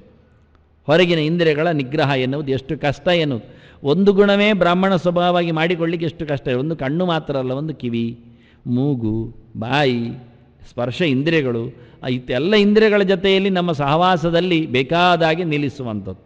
ಪ್ರಪಂಚದೆಡೆಗೆ, ವಿಚಿತ್ರವಾಗಿರತಕ್ಕ ವಿಶ್ವದೆಡೆಗೆ, ಬಣ್ಣ ಬಣ್ಣದ ಬದುಕಿನೆಡೆಗೆ ಓಡದಿರುವುದು ಪ್ರಧಾನವಾಗಿ. ಅದು ಹೇಗೆ ಕೇಳಿದರೆ ಓಡದಿರಲಿಕ್ಕೆ ಮೊದಲು ಕಾರಣ ಶಮಃ ಅಂದದ್ದು. ಶಮಃ ಅಂದರೆ ಶಮೋ ಮನ್ನಿಷ್ಠತಾ ಬುದ್ಧೇಹೆ ಅಂದಾನೆ. ಕೃಷ್ಣನೇ ಉತ್ತರ ಕೊಡ್ತಾನೆ ಅದಕ್ಕೆ ಉದ್ಧವನಲ್ಲಿ ಹೇಳುವಾಗ. ಕೃಷ್ಣ ಏನು ಹೇಳಿದ್ದ ಅಂತ ಇವರು ಹೇಳುವುದಿಲ್ಲ ವ್ಯಾಖ್ಯಾನಕಾರರು ಯಾರೂ ಸಹ ಇಲ್ಲಿ.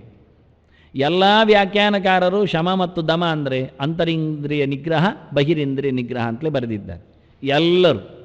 ನನ್ನ ಹೆಸರು ಹೇಳಬೇಕಾಗಿಲ್ಲ. ಪ್ರತಿಯೊಬ್ಬರು ಕೂತುಕೊಂಡು ಇದೆರಡಕ್ಕೂ ಸಹ ಕೃಷ್ಣ ಹೇಳಿದ, ಉದ್ಧವನಿಗೆ ತಿಳಿಸಿದ ಇದರ ಲಕ್ಷಣವನ್ನು ಯಾವನೊಬ್ಬನೂ ಗುರುತಿಸುವುದಿಲ್ಲ. ಮೊದಲು ಕೃಷ್ಣ ಎತ್ತಿದ ಲಕ್ಷಣ ಯಾವುದು ಕೇಳಿದರೆ ಶಮಃ ಅಂದ.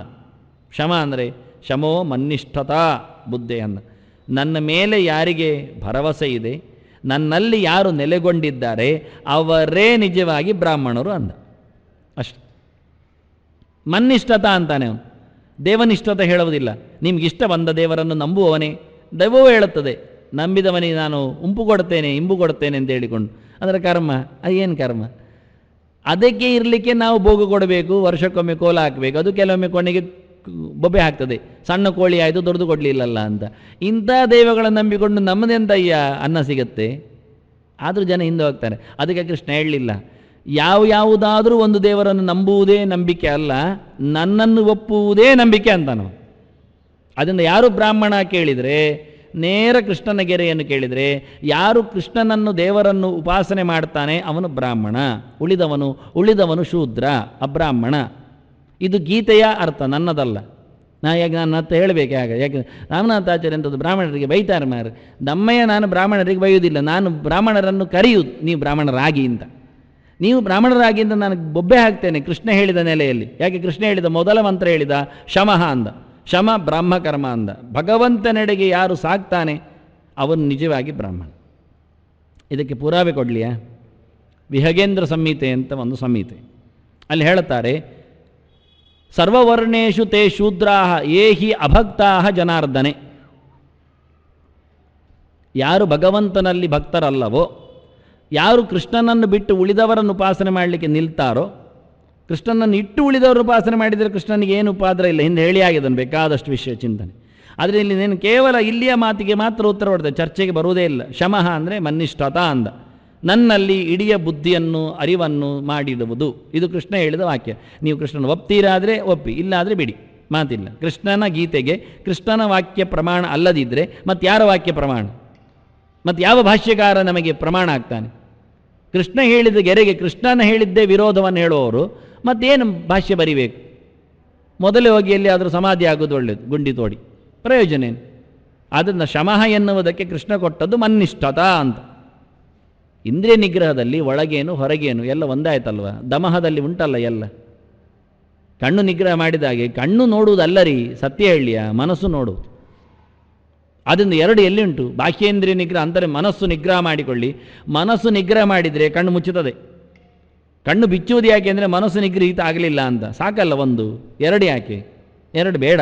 ಅದರಿಂದ ಕೃಷ್ಣ ಹೇಳಿದದಕ್ಕೆ ಶಮೋ ಮನ್ನಿಷ್ಠತಾ ಬುದ್ಧೇಹ ದಮ ಇಂದ್ರಿಯ ನಿಗ್ರಹ ಅಂದ. ಏಕಾದಶೇಂದ್ರಿಯವನ್ನು ಒಟ್ಟಿಗೆ ಹಾಕಿದ. 10 ಇಂದ್ರಿಯ ಅಲ್ಲ, 11 ಇಂದ್ರಿಯ ಅಂದ. 11 ಇಂದ್ರಿಯಗಳಿಗೂ ಉಪವಾಸ ಹಾಕಲಿಕ್ಕೆ ಅದು ದಮಃ. ಅದಕ್ಕೆ ತಪಸ್ಸು ಅಂದದ್ದು ಮುಂದೆ. ಅದು ಹೇಗಾಗುತ್ತೆ? ಇದು ಒಂದಕ್ಕೊಂದು ಲಿಂಕ್ ಇದೆ ಅಂದ. ಅದಕ್ಕೋಸ್ಕರ ನಾನು ಅದು ಉಪವಾಸ ಹಾಕಿದರೆ ಆಗುತ್ತೆ ಅಂತ.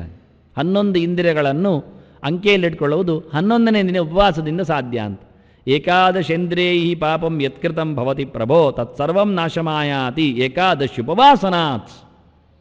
ಉಪವಾಸ ಅಂದರೆ ಮತ್ತೆ ಬೆಳಗ್ಗಿನಿಂದ ಗಂಟೆ ನೋಡಿಕೊಂಡು ಮರುದಿನದ ಬೆಳಿಗ್ಗೆ ಗಂಟೆ ಬರುವವರೆಗೆ ಸುಮ್ಮನೆ ಕೂತ್ಕೊಳ್ಳುವುದಲ್ಲ, ಅನ್ನ ಆಹಾರ ಬಿಟ್ಟು. ಮತ್ತೆ ಉಪವಾಸನಾತ್, ಭಗವಂತನೆಡೆಗೆ ಸಾಗಬೇಕು. 11 ಇಂದ್ರಿಯಗಳು ಮುಚ್ಚಿ 11 ಇಂದ್ರಿಯ ದೇವರೆಡೆಗೆ ಬಿಚ್ಚಬೇಕು. ಅದು ಮೊದಲಿಗೆ ಒಂದು ಶಮಃ. ಅದಕ್ಕೆ ಒಂದಕ್ಕೊಂದು ಸಂಬಂಧ ಇದ್ದು ನಾನು ದಮಃವನ್ನು ಮಧ್ಯೆಯಲ್ಲಿಟ್ಟುಕೊಂಡೆ. ಮೊದಲು ಶಮಃ ಅಂದರೆ ಭಗವಂತನೆಡೆಗೆ ಸಾಗುವುದು. ಯಾರು ಶೂದ್ರರು ಕೇಳಿದರೆ ಸರ್ವವರ್ಣೇಶು ತೇ ಶೂದ್ರಾಹ. ನೋಡಿ ಸ್ಪಷ್ಟ ಹೇಳ್ತಾನೆ, ಎಲ್ಲ ವರ್ಣದಲ್ಲಿಯೂ ಶೂದ್ರರಿದ್ದಾರೆ. ಹಾಗಾದರೆ ಎಲ್ಲ ವರ್ಣರನ್ನು ಹೇಳಿದ್ದಾರೆ ಅಂತ ಆಯ್ತಲ್ಲ. ಬ್ರಾಹ್ಮಣ, ಕ್ಷತ್ರಿಯ, ವೈಶ್ಯ, ಶೂದ್ರ, ಈ 4 ಜಾತಿಯಲ್ಲಿ ಶೂದ್ರರಿದ್ದಾರೆ. ಹುಟ್ಟಿದಿಂದ ಬ್ರಾಹ್ಮಣ ಅನಿಸಿಕೊಂಡವರಲ್ಲಿಯೂ ಶೂದ್ರರಿರ್ತಾರೆ. ಹುಟ್ಟಿನಿಂದ ಶೂದ್ರ ಅನಿಸಿಕೊಂಡವನಲ್ಲಿಯೂ ಶೂದ್ರ ಇರ್ತಾನೆ. ಶೂದ್ರ ಎಲ್ಲ ಕಡೆ ಇದ್ದಾನೆ ಅಂತಾನೆ. ಸರ್ವವರ್ಣೇಶು ತೇ ಶೂದ್ರ. ಲಕ್ಷಣ ಏನು ಕೇಳಿದರೆ, ಸ್ವಭಾವ ಲಕ್ಷಣ ಏನು ಕೇಳಿದರೆ, ಏಹಿ ಅಭಕ್ತಾ ಜನಾರ್ದನೆ.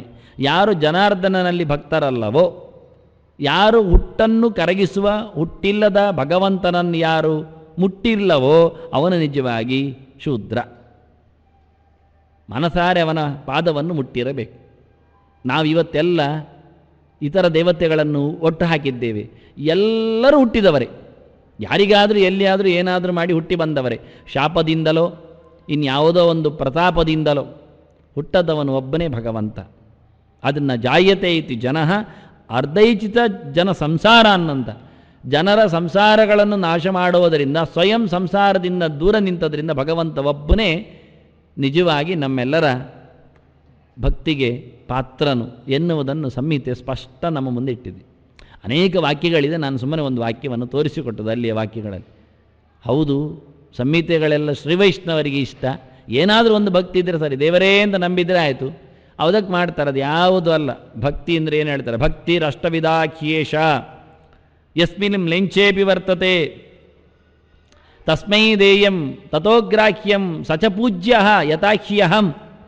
ಇದು ಗರುಡ ಪುರಾಣದ ಬ್ರಹ್ಮಕಾಂಡದ ವಾಕ್ಯ.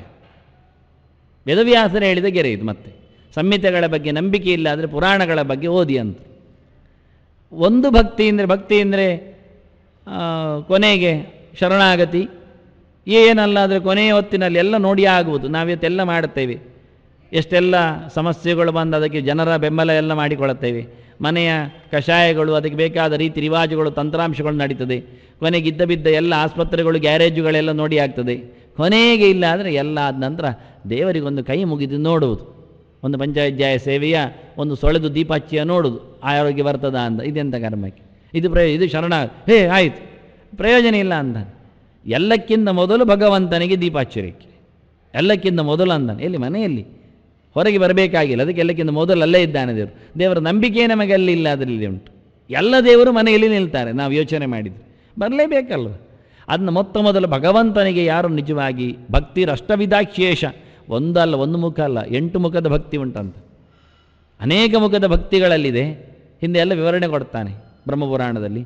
ಅಂತಹ ಪೂರಾ ಭಕ್ತಿಯು ಒಬ್ಬ ಮ್ಲೇಂಛನಲ್ಲಿದ್ದರೆ ಅವನ ಅಂತ್ಯಜ 5ನೇ ವರ್ಣ.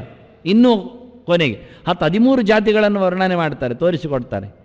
ಅವನಲ್ಲಿದ್ದರೆ ಅವನಿಗೆ ದಾನ ಮಾಡಬೇಕಂತ. ತಸ್ಮೈ ದೇಯಂ.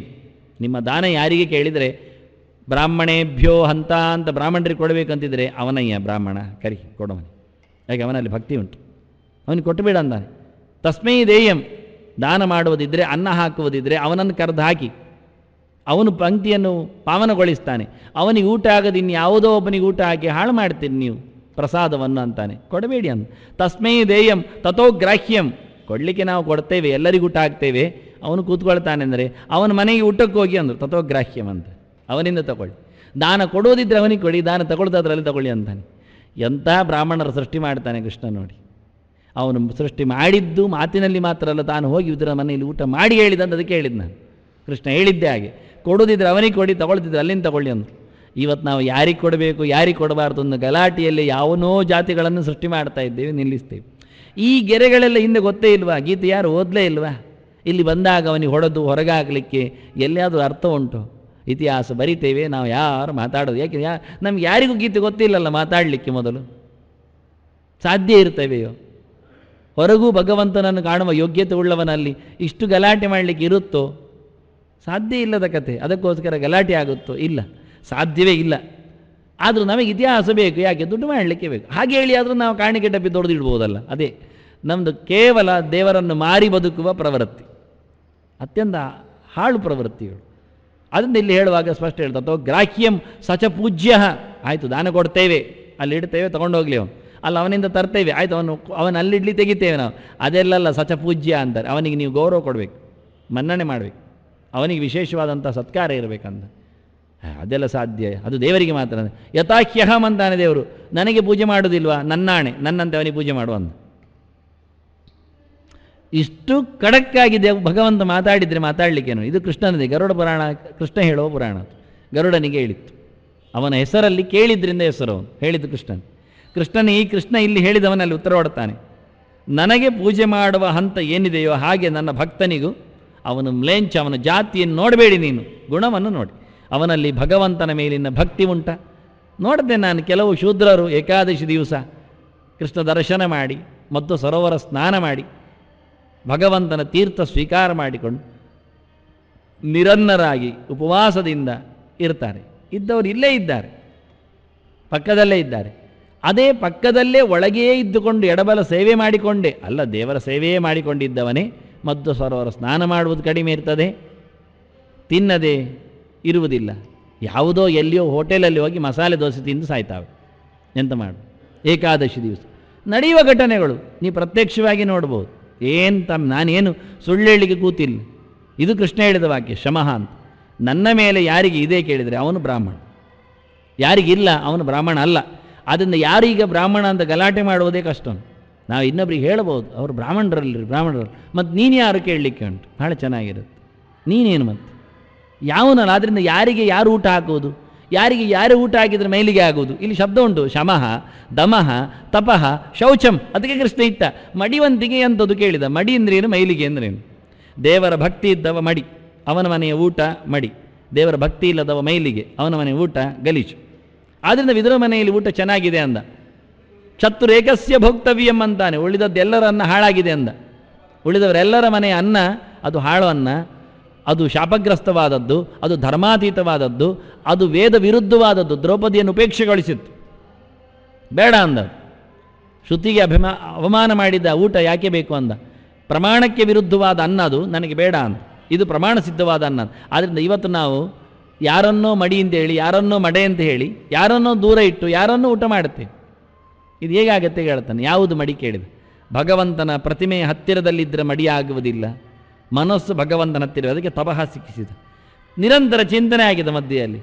ತಪಸ್ಸು ಅಂದಾಗ ಕೂತ್ಕೊಳ್ಳುವುದಷ್ಟೇ, ಅವರು 12 ಗಂಟೆ ಕಾಲು ಮಡಿಸಿಯೇ ಕೂತಿರ್ತಾರೆ. ಅದರಿಂದ ಏನು ಲಾಭ ಆಯಿತು? ಪ್ರಯೋಜನ ಏನಾಗಲಿಲ್ಲ. ಕಾಲು ಮಡಿಸಲಿಕ್ಕೆ ಅವರಿಗೆ ಗೊತ್ತುಂಟೊಂದಾಯಿತು, ಇನ್ನೇನು ದೊಡ್ಡ ಸಿಗದೇ ಇಲ್ಲ. ಅವರು 12 ಗಂಟೆ ಕಾಲನ್ನೇ ಮಡಿಸಿಕೊಂಡು ಕೂತ್ಕೊಳ್ತಾರೆ ಎನ್ನುವುದೊಂದು ಬಿಟ್ಟರೆ ಇನ್ಯಾವ ಆಸನ ಸಿದ್ಧಿ ಆಗಲಿಲ್ಲ ಅವರಿಗೆ. ಪ್ರಯೋಜನ ಏನು? ಅವರು 12 ಗಂಟೆಯೂ ಕಾಲು ಮಡಿಸಿ ಕೂತಾಗೆ ದೇವರ ಪಕ್ಕದಲ್ಲಿದ್ದಾರ ಅದು ಕೇಳಿ. ಅದು 12 ನಿಮಿಷವೂ ಇರುವುದಿಲ್ಲ, ಮತ್ತೆ ಪ್ರಯೋಜನ. ಇನ್ನೊಬ್ಬ ಕಾಲು ಬಿಚ್ಚಿಟ್ಟು ಎಲ್ಲಿಯೋ ಇದ್ದುಕೊಂಡು ಯಾವುದೋ ರೀತಿಯಲ್ಲಿ ಇದ್ದುಕೊಂಡು ಇರ್ತಾನೆ. ಆದರೆ ಅವನು 12 ಗಂಟೆ ದೇವರ ಯೋಚನೆ ಮಾಡ್ತಾನೆ, ಅದಾಗ್ಬೋದು. ಅವನು ಶೂದ್ರ ಅಂತ ಹೊರಗಿಡುವುದೇ ಇಲ್ಲ. ಆದ್ದರಿಂದ ಏನು ಮಾಡಿದರೆ ಭಗವಂತನ ಭಕ್ತಿಗೆ ಮನ್ನಣೆ ಆಗುತ್ತೆ. ಆದ್ದರಿಂದ ನಾನು ಕೇಳೋದು, ಯಾರ ಒಟ್ಟಿಗೆ ಯಾರು ಕೂತ್ರೆ, ಯಾರು ಊಟ ಮಾಡಿದರೆ, ಯಾರು ನೋಡಿದರೆ ಮೈಲಿಗೆ ಹಾಕ್ತಾರೆ. ಸಚೈರ ಸ್ನಾನಮಾಚರೆ ತಂತಾರೆ, ಬಟ್ಟೆ ಸಮೇತ ನೀರಿಗೆ ಮುಳುಗಬೇಕು ಅಂತ ಒಳ್ಳೆದಿರುತ್ತೆ. ಅದು ಯಾರನ್ನು ನೋಡಿದಾಗ ಯಾರು ಸ್ನಾನ ಮಾಡೋದು ಒಂದೀಗ ಅರ್ಥವೇ ಆಗೋದಿಲ್ಲ. ಬಹಳ ಸುಂದರವಾಗಿ ಹೇಳಿದ. ಇದನ್ನು ಪುರಾಣ ಹೇಳಿತ್ತು, ಪುರಾಣಗಳಲ್ಲಿಯೂ ನಿಮ್ಮ ಕೈವಾಡಗಳಿರುತ್ತವೆ ಅಂತ ಹೇಳುವರಿದ್ದ. ಅದಕ್ಕೆ ವ್ಯಾಸರ ಮಹಾಭಾರತ ಹೇಳುತ್ತೇನೆ. ವಿಷ್ಣುಂ ಕ್ರಾಂತಂ ವಾಸುದೇವಂ ವಿಜಾನನ್ ವಿಪ್ರೋ ವಿಪ್ರತ್ವಂ ಗಚ್ಚತಿ ತತ್ವದರ್ಶಿ. ಭಗವಂತನನ್ನು ತಿಳಿದವನು ವಿಪ್ರತ್ವವನ್ನು ಪಡಿತಾನೆ. ಬ್ರಾಹ್ಮಣನಾದರೂ ಬ್ರಾಹ್ಮಣ ಆಗುವುದಿಲ್ಲ. ಬ್ರಾಹ್ಮಣನಾದರೂ ಬ್ರಾಹ್ಮಣನಾಗಬೇಕಾದರೆ ಅವನು ಬ್ರಹ್ಮನೆಡೆಗೆ ಸಾಗಬೇಕು, ಭಗವಂತನೆಡೆಗೆ ಸಾಗಬೇಕು. ಆದ್ದರಿಂದ ಹುಟ್ಟಿನಿಂದ ಜಾತಿಯ ಬ್ರಾಹ್ಮಣನನ್ನು ನಾನು ಬ್ರಾಹ್ಮಣ ಗುರುತಿಸುವುದಿಲ್ಲ, ಕರ್ಮಣ ಬ್ರಾಹ್ಮಣನನ್ನು ಹೇಳುತ್ತೇನೆ. ಅದನ್ನು ಯಾರು ಜಾತಿಯಿಂದ ಬ್ರಾಹ್ಮಣನಾದರೂ ಅವನು ಬ್ರಾಹ್ಮಣನಾಗಬೇಕು. ನಾನು ಬ್ರಾಹ್ಮಣನಾಗಿ ಹುಟ್ಟಿದ್ದೇನೆ, ತೊಂದರೆ ಇಲ್ಲಲ್ಲ ಅಂತ ಕುಣಿಲಿಕ್ಕಿಲ್ಲ. ನೀನು ಬ್ರಾಹ್ಮಣ್ಯ ಉಳಿಸಿಕೊಳ್ಳಬೇಕು.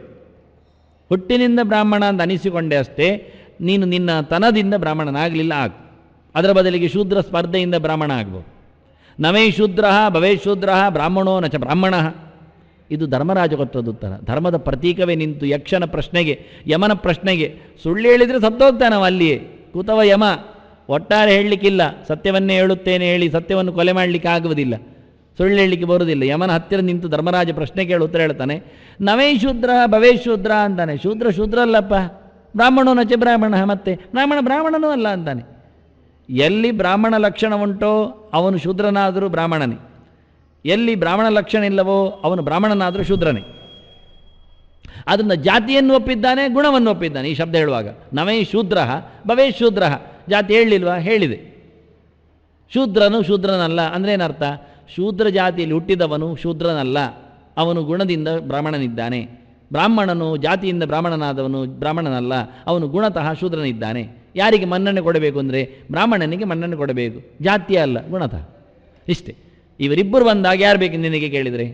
ಒಬ್ಬ ಜಾತಿ ಬ್ರಾಹ್ಮಣ ಇದ್ದಾನೆ, ಒಬ್ಬ ಗುಣ ಬ್ರಾಹ್ಮಣ ಇದ್ದಾನೆ. ಒಬ್ಬ ಜಾತಿ ಶೂದ್ರ ಇದ್ದಾನೆ, ಒಬ್ಬ ಗುಣ ಶೂದ್ರ ಇದ್ದಾನೆ. ಯಾರಾಗ್ಬೋದು ಕೇಳಿದರೆ ನಮಗೆ ಗುಣ ಬ್ರಾಹ್ಮಣ ಬೇಕು, ಗುಣಶೂದ್ರ ಬೇಡ. ಜಾತಿ ಬ್ರಾಹ್ಮಣನಾದರೂ ಗುಣಶೂದ್ರ ಆದರೆ ಬೇಡ ಅಂತ. ಈ ಶ್ಲೋಕವನ್ನು ಕೃಷ್ಣ ದೊಡಿಸಿಕೊಂಡ ಕ್ರಮ ಹಾಗೆ.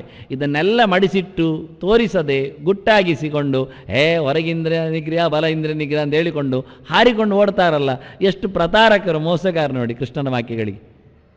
ಬೇಕು ಅಂದಲೇ ಕೆಲವೊಮ್ಮೆ ಸಾಮಾಜಿಕ ಮೌಲ್ಯಗಳು ಅಂತಾರೆ. ಹೌದು, ನೀವು ಹೇಳು ಸರಿ, ಸಮಾಜದಲ್ಲಿ ಎಂಥ ಸಮಾಜದಲ್ಲಿ ಆಗ್ತದೆಯಾ? ನಾನು ಹೇಳ್ತೇನೆ, ನೀವು ಹೋಗುವ ಬಸ್ಸು ಯಾರದ್ದು ನೋಡಿ ಹೋಗ್ತೀರಾ? ಎಲ್ಲ ಕಡೆ ಎಲ್ಲರೂ ವಾಹನ ಸಂಚಾರ ಮಾಡೋದಿಲ್ಲ. ಪಕ್ಕದಲ್ಲಿ ಯಾರು ಕೂತಿರ್ತಾರೆ ನೋಡಿದ್ದೀರಾ? ಯಾವ ಜಾತಿಯಿಂದ ಕೇಳಿದ್ದೀರಾ? ಅದು ಕಿಟಕಿಯಿಂದ ಹೊರಗಾಗ್ತೀರಾ ಅವರನ್ನು? ನಾಳೆ ನೀವು ಹೋಗೋ ಹೊರಗಾಗ್ತಾನೆ ನಿಮ್ಮನ್ನು. ಯಾರು ಬಸ್ಸು ಚಾಲಕ? ಯಾರು ಚಾಲಕನ ಹತ್ರ ಕೇಳಿ ಹೋಗುದಾ? ನೀನು ಬ್ರಾಹ್ಮಣವ, ಕೂತ್ಕೊಳ್ತೇನೆ. ಕೇಳಿಕೊಂಡ, ಇಲ್ಲ ನೀನು ಬಿಡ್ತೀಯ? ಕೇಳ್ತಾನವ, ನಾನು ಬ್ರಾಹ್ಮಣ ಅಲ್ಲ ಶೂದ್ರ, ನಾನು ಇನ್ನಲ್ಲಿ ಕೂತ್ಕೊಳ್ತೇನೆ, 20 ರೂಪಾಯಿ ಕೊಟ್ಟು ನೀನು ಬಿಡು ಅಂತಾನೆ. ಬಸ್ ಬಿಡಲಿಕ್ಕೆ ಆಗುತ್ತೆ ನಮಗೆ. ಅನ್ನ ಅಕ್ಕಿ ಯಾರು ಮಾಡಿದ್ದೀರಯ್ಯ? ಗಿರಣಿ ಯಾರದ್ದು? ಎಣ್ಣೆ ಎಲ್ಲಿಂದ ತಯಾರಾಗತ್ತೆ? ಎಲ್ಲ ನಮ್ಮಿಂದಲೇ ಮಾಡಲಿಕ್ಕೆ ಬರುತ್ತಾ? ನಾವೇ ಇರ್ತೇವೆಯಾ? ಎಲ್ಲ ಜಾತಿಯವರು ಎಲ್ಲ ಕಡೆ ಬೇಕು, ಯಾವ ಮತದವರು ಎಲ್ಲ ಕಡೆ ಇದ್ದಾರೆ. ಸಮಾಜ ಬದುಕುವುದು ಹೇಗೆ? ಒಟ್ಟಿನಲ್ಲೇ ಬದುಕುವುದು. ನಮಗೆ ಯಾವುದೂ ನೋಡಲಿಕ್ಕೆ ಬರುವುದಿಲ್ಲ, ಒಂದು ಉಸಿರು ಬಿಡಲಿಕ್ಕೂ ಆಗೋದಿಲ್ಲ. ಯಾಕೆ? ಇನ್ನೊಂದು ಉಸಿರು ಬರುವಾಗ ಪಕ್ಕದವನ ಹತ್ರ ಕೇಳಬೇಕು, ನೀನು ಯಾವ ಜಾತಿಯಿಂದ? ಯಾಕೆಂದರೆ ನನಗೆ ಬ್ರಾಹ್ಮಣ ಉಸಿರು ಬೇಕು, ಶೂದ್ರ ಉಸಿರು ಆಗು. ಅಯ್ಯ ಸಾಯಿ ಮಗನೇ ಅಂತಾನೆ ಅವನು. ನಾನೇ ಮೂಗು ಹಿಡಿತೇನೆ ನಿಮ್ಮದು, ನಾವಿಬ್ಬರು ಶೂದ್ರರಿದ್ದೇವೆ, ನಿಮ್ಮ ಮೂಗು ಮತ್ತು ಕುತ್ತಿಗೆ ಹಿಡಿತೇವೆ, ಮುಗಿಸಿ ಹೋಗುವ ನಿಮ್ಮನ್ನು. ಪ್ರಯೋಜನ ಏನುಂಟಯ್ಯ? ಗಾಳಿ ನೀರು ನದಿಯಲ್ಲಿ ಎಲ್ಲರೂ ಮೀಯುತ್ತಾರೆ. ರಜಸ್ವಲೆಗೆ ನದಿಯಲ್ಲಿ ಸ್ನಾನದಿಂದ ಶುದ್ಧಿ ಹೇಳ್ತಾರೆ ಧರ್ಮಶಾಸ್ತ್ರಜ್ಞರು. ಮೂರ್ಖರವರು. ಎತ್ತಿ ನೀರು ಹಾಕುವುದಲ್ಲ, ಎಲ್ಲ ಬಟ್ಟೆ ಗಂಟು ಮುಟ್ಟೆ ಕಟ್ಟಿಕೊಂಡು ನದಿಯಲ್ಲಿ ಮುಳುಗಿ ಹೇಳಬೇಕು ಅವಳು, ಹರಿಯುವ ನದಿಯಲ್ಲಿ. ಇತ್ತ ಬ್ರಾಹ್ಮಣ ನೀನು ಮತ್ತೆ ಸ್ನಾನ ಮಾಡೋದ್ರೆ ಸಾಧ್ಯ? ಅವಳು ಬೆಳಿಗ್ಗೆ ಆದ ನಂತರ ಸ್ನಾನ ಮಾಡೋದು, ಅವಳಿ ತಲೆ ಸರಿ ಇಲ್ಲೋ ಇವನಿಗೆ? ಪ್ರಯೋಜನ ಏನುಂಟು? ಏನು ಸಂಪರ್ಕ ಇಲ್ಲ ಅಂತಾನೆ. ಭಾಳ ಚೆನ್ನಾಗಿದೆ ಅಂತ. ಆದ್ದರಿಂದ ನೀರು, ನೆಲ, ಮಣ್ಣು, ನೀವು ಆಚೆ ಹೋಗಿ ಅಂತದ್ದು ಎಲ್ಲಿ ಹೋಗೋದು? ಇಡೀ ನೆಲ ನಾನು ಮುಟ್ಟಿಕೊಂಡೇ ಇದ್ದೇನೆ, ನನ್ನನ್ನು ಆಕಾಶದಲ್ಲಿ ನಿಲ್ಲಿಸ್ತೀರಾ? ಹಾಗಾದರೆ ನೀವು ನಡ್ಕೊಂಡು ಹೋಗೋದು ಬ್ರಾಹ್ಮಣರು ಚೆನ್ನಾಗಿ ದರ್ಬಾರಲ್ಲಿ ಹೋಗು. ಆಗ ಶೂದ್ರರೆಲ್ಲ ಮೇಲಿಂದ ಹೋಗ್ತಾ ಇದ್ದಾರೆ ಪಾಲಕಿಯಲ್ಲಿ ಕೂತಾಗಿ. ಆಗೋದಲ್ಲಿ ನಿಮ್ಮ ತಪಶಕ್ತಿ ಉಂಟ ತೋರಿಸಿಬಿಡಿ. ನೀವು ಬ್ರಾಹ್ಮಣರಲ್ವಾ, ತಪಶಕ್ತಿ ಉಂಟಲ್ಲ, ನಮ್ಮನ್ನೆಲ್ಲ ಮೇಲಿಂದ ಹೋಗುವಾಗೆ ಮಾಡಿ, ನೆಲ ಮುಟ್ಟದೆ ಮಾಡಿ, ಮಡಿಯುವಂತಿಗೆಯಲ್ಲಿ ಹೆಜ್ಜೆ ಇಡಿ ನಿಮ್ಮದು. ಅಥವಾ ನಿಮಗಾಗುತ್ತೋ ನೀವೇ ಒಂದು ಹೆಜ್ಜೆ ಮೇಲಿಟ್ಕೊಂಡು ಹೋಗಿ. ನಾವು ಶೂದ್ರರು ಮೆಟ್ಟಿದ ಮಣ್ಣು ಬಿಡಿ, ಶೂದ್ರರು ಮೆಟ್ಟಿದ ಮಣ್ಣಿನಲ್ಲಿ ಆಗೋ ತೊಂಡೆಕಾಯಿ ತಿಂತೀವಿ, ನೀವು ಮೇಲೆ ಆಚೆ ನೋಡಿಕೊಂಡು. ಇದೇನು ಕರ್ಮ ಕೇಳ್ತಾರೆ? ಅದೆಲ್ಲ ನಡೀತದೆ ನೋಡಿ. ಹೋಟೆಲಲ್ಲಿ ಎಲ್ಲರೂ ಹೋಗಿ ಎಲ್ಲ ಒಟ್ಟು ಊಟ ಮಾರುವವರು, ತಿನ್ನುವವರು. ಮತ್ತು ಹೊರಗೆ ಬಂದಾಗ ಬ್ರಾಹ್ಮಣರು ಎಂತ ಬ್ರಾಹ್ಮಣರ ಹೋಟೆಲು ನೋಡಿ ಹೋಗು. ಅಯ್ಯ ಅದರೊಳಗೆ ತಿಂದಿರ್ತಾನಲ್ಲ, ಅವನ ತಟ್ಟೆಯಲ್ಲಿ ಕೂತ್ಕೊಳ್ತೀಯಲ್ಲ. ಇಷ್ಟೆಲ್ಲ ವ್ಯಾಪ್ತಿ ಇದ್ದಾಗ ನೀವು ಸಮಾಜವನ್ನು ಎಲ್ಲಿ ಹೇಳ್ತೀರಿ? ಕೆರಳಿಸ್ತೀರಿ. ಸಮಾಜ ಕೆರಳಿಸಬೇಡಿ. ನೀವು ಸಮಾಜವನ್ನು ತಿರುಗಿಸಿದ್ದರಿಂದ ಸಮಾಜ ನಿಮ್ಮನ್ನು ತಿರುಗಿಸ್ತದೆ ಬುಗುರಿಯಾಗಿ. ಮಾತಾಡಬೇಡಿ ಅಂತಾನೆ. ಅದನ್ನೆಲ್ಲ ಹೇಳೋದು ಸಾಮಾಜಿಕ ಮೌಲ್ಯ ಅಂತ ಹೇಳೋದು. ಸಾಮಾಜಿಕ ಮೌಲ್ಯ ಅಲ್ಲ, ಇವರ ಗ್ರಹಚಾರ. ಸತ್ಯ ಹೇಳುತ್ತೆ.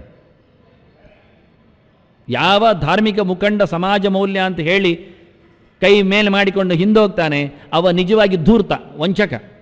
ಧರ್ಮಶಾಸ್ತ್ರ ನಿಮಗೆ ಪ್ರತಿಷ್ಠೆ ಮಾಡೋದಿದ್ದರೆ ಸಮಾಜದಲ್ಲಿ ಹೊರತು ನಿನ್ನ ಮನೆಯಲ್ಲಿ ಅಲ್ಲ, ನಿನ್ನ ಕಿಸೆಯಲ್ಲಿ ಅಲ್ಲ.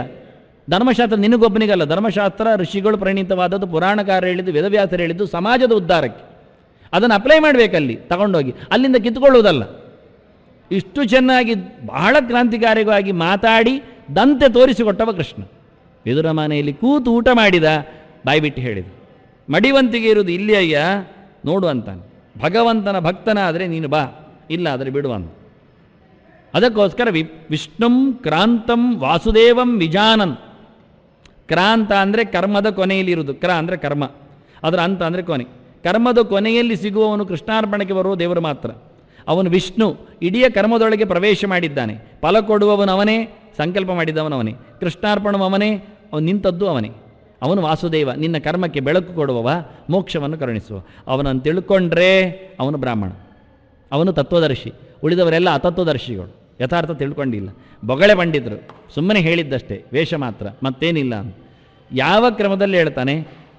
ಭಾರತ ಎಲ್ಲ ಹೇಳ್ತೀರಿ ಮಾರೆ, ವೇದ ಹೇಳಬೇಕಲ್ಲ, ವೇದದಲ್ಲಿ ಸಿದ್ಧಾಂತಗಳು ಬ್ರಾಹ್ಮಣ ಧರ್ಮಗಳೆಲ್ಲ ಗಟ್ಟಿವೆ ಅಂದರೆ ಇದು ವೇದವೂ ಹೌದು, ಶಾಟಪಾಯನೋಪನಿಷತ್ತಿನ ಗೆರೆ ಇದು ಅಂತಾರೆ. ಭಾರತ ವೇದಾರ್ಥ ನಿರ್ಣಯ ಆಮ್ನಾಯಾರ್ಥ ಪ್ರದರ್ಶಿತ ಅಂತಾರೆ. ಭಾರತ ವ್ಯಪದೇಶೇನ ಅಂತ ಹೆಸರು. ಭಾರತ ವೇದಗಳ ಗೆರೆ ಅಂತಾರೆ. ನಮ್ಗೆ ಗೊತ್ತೇ ಇಲ್ಲ ಅದು.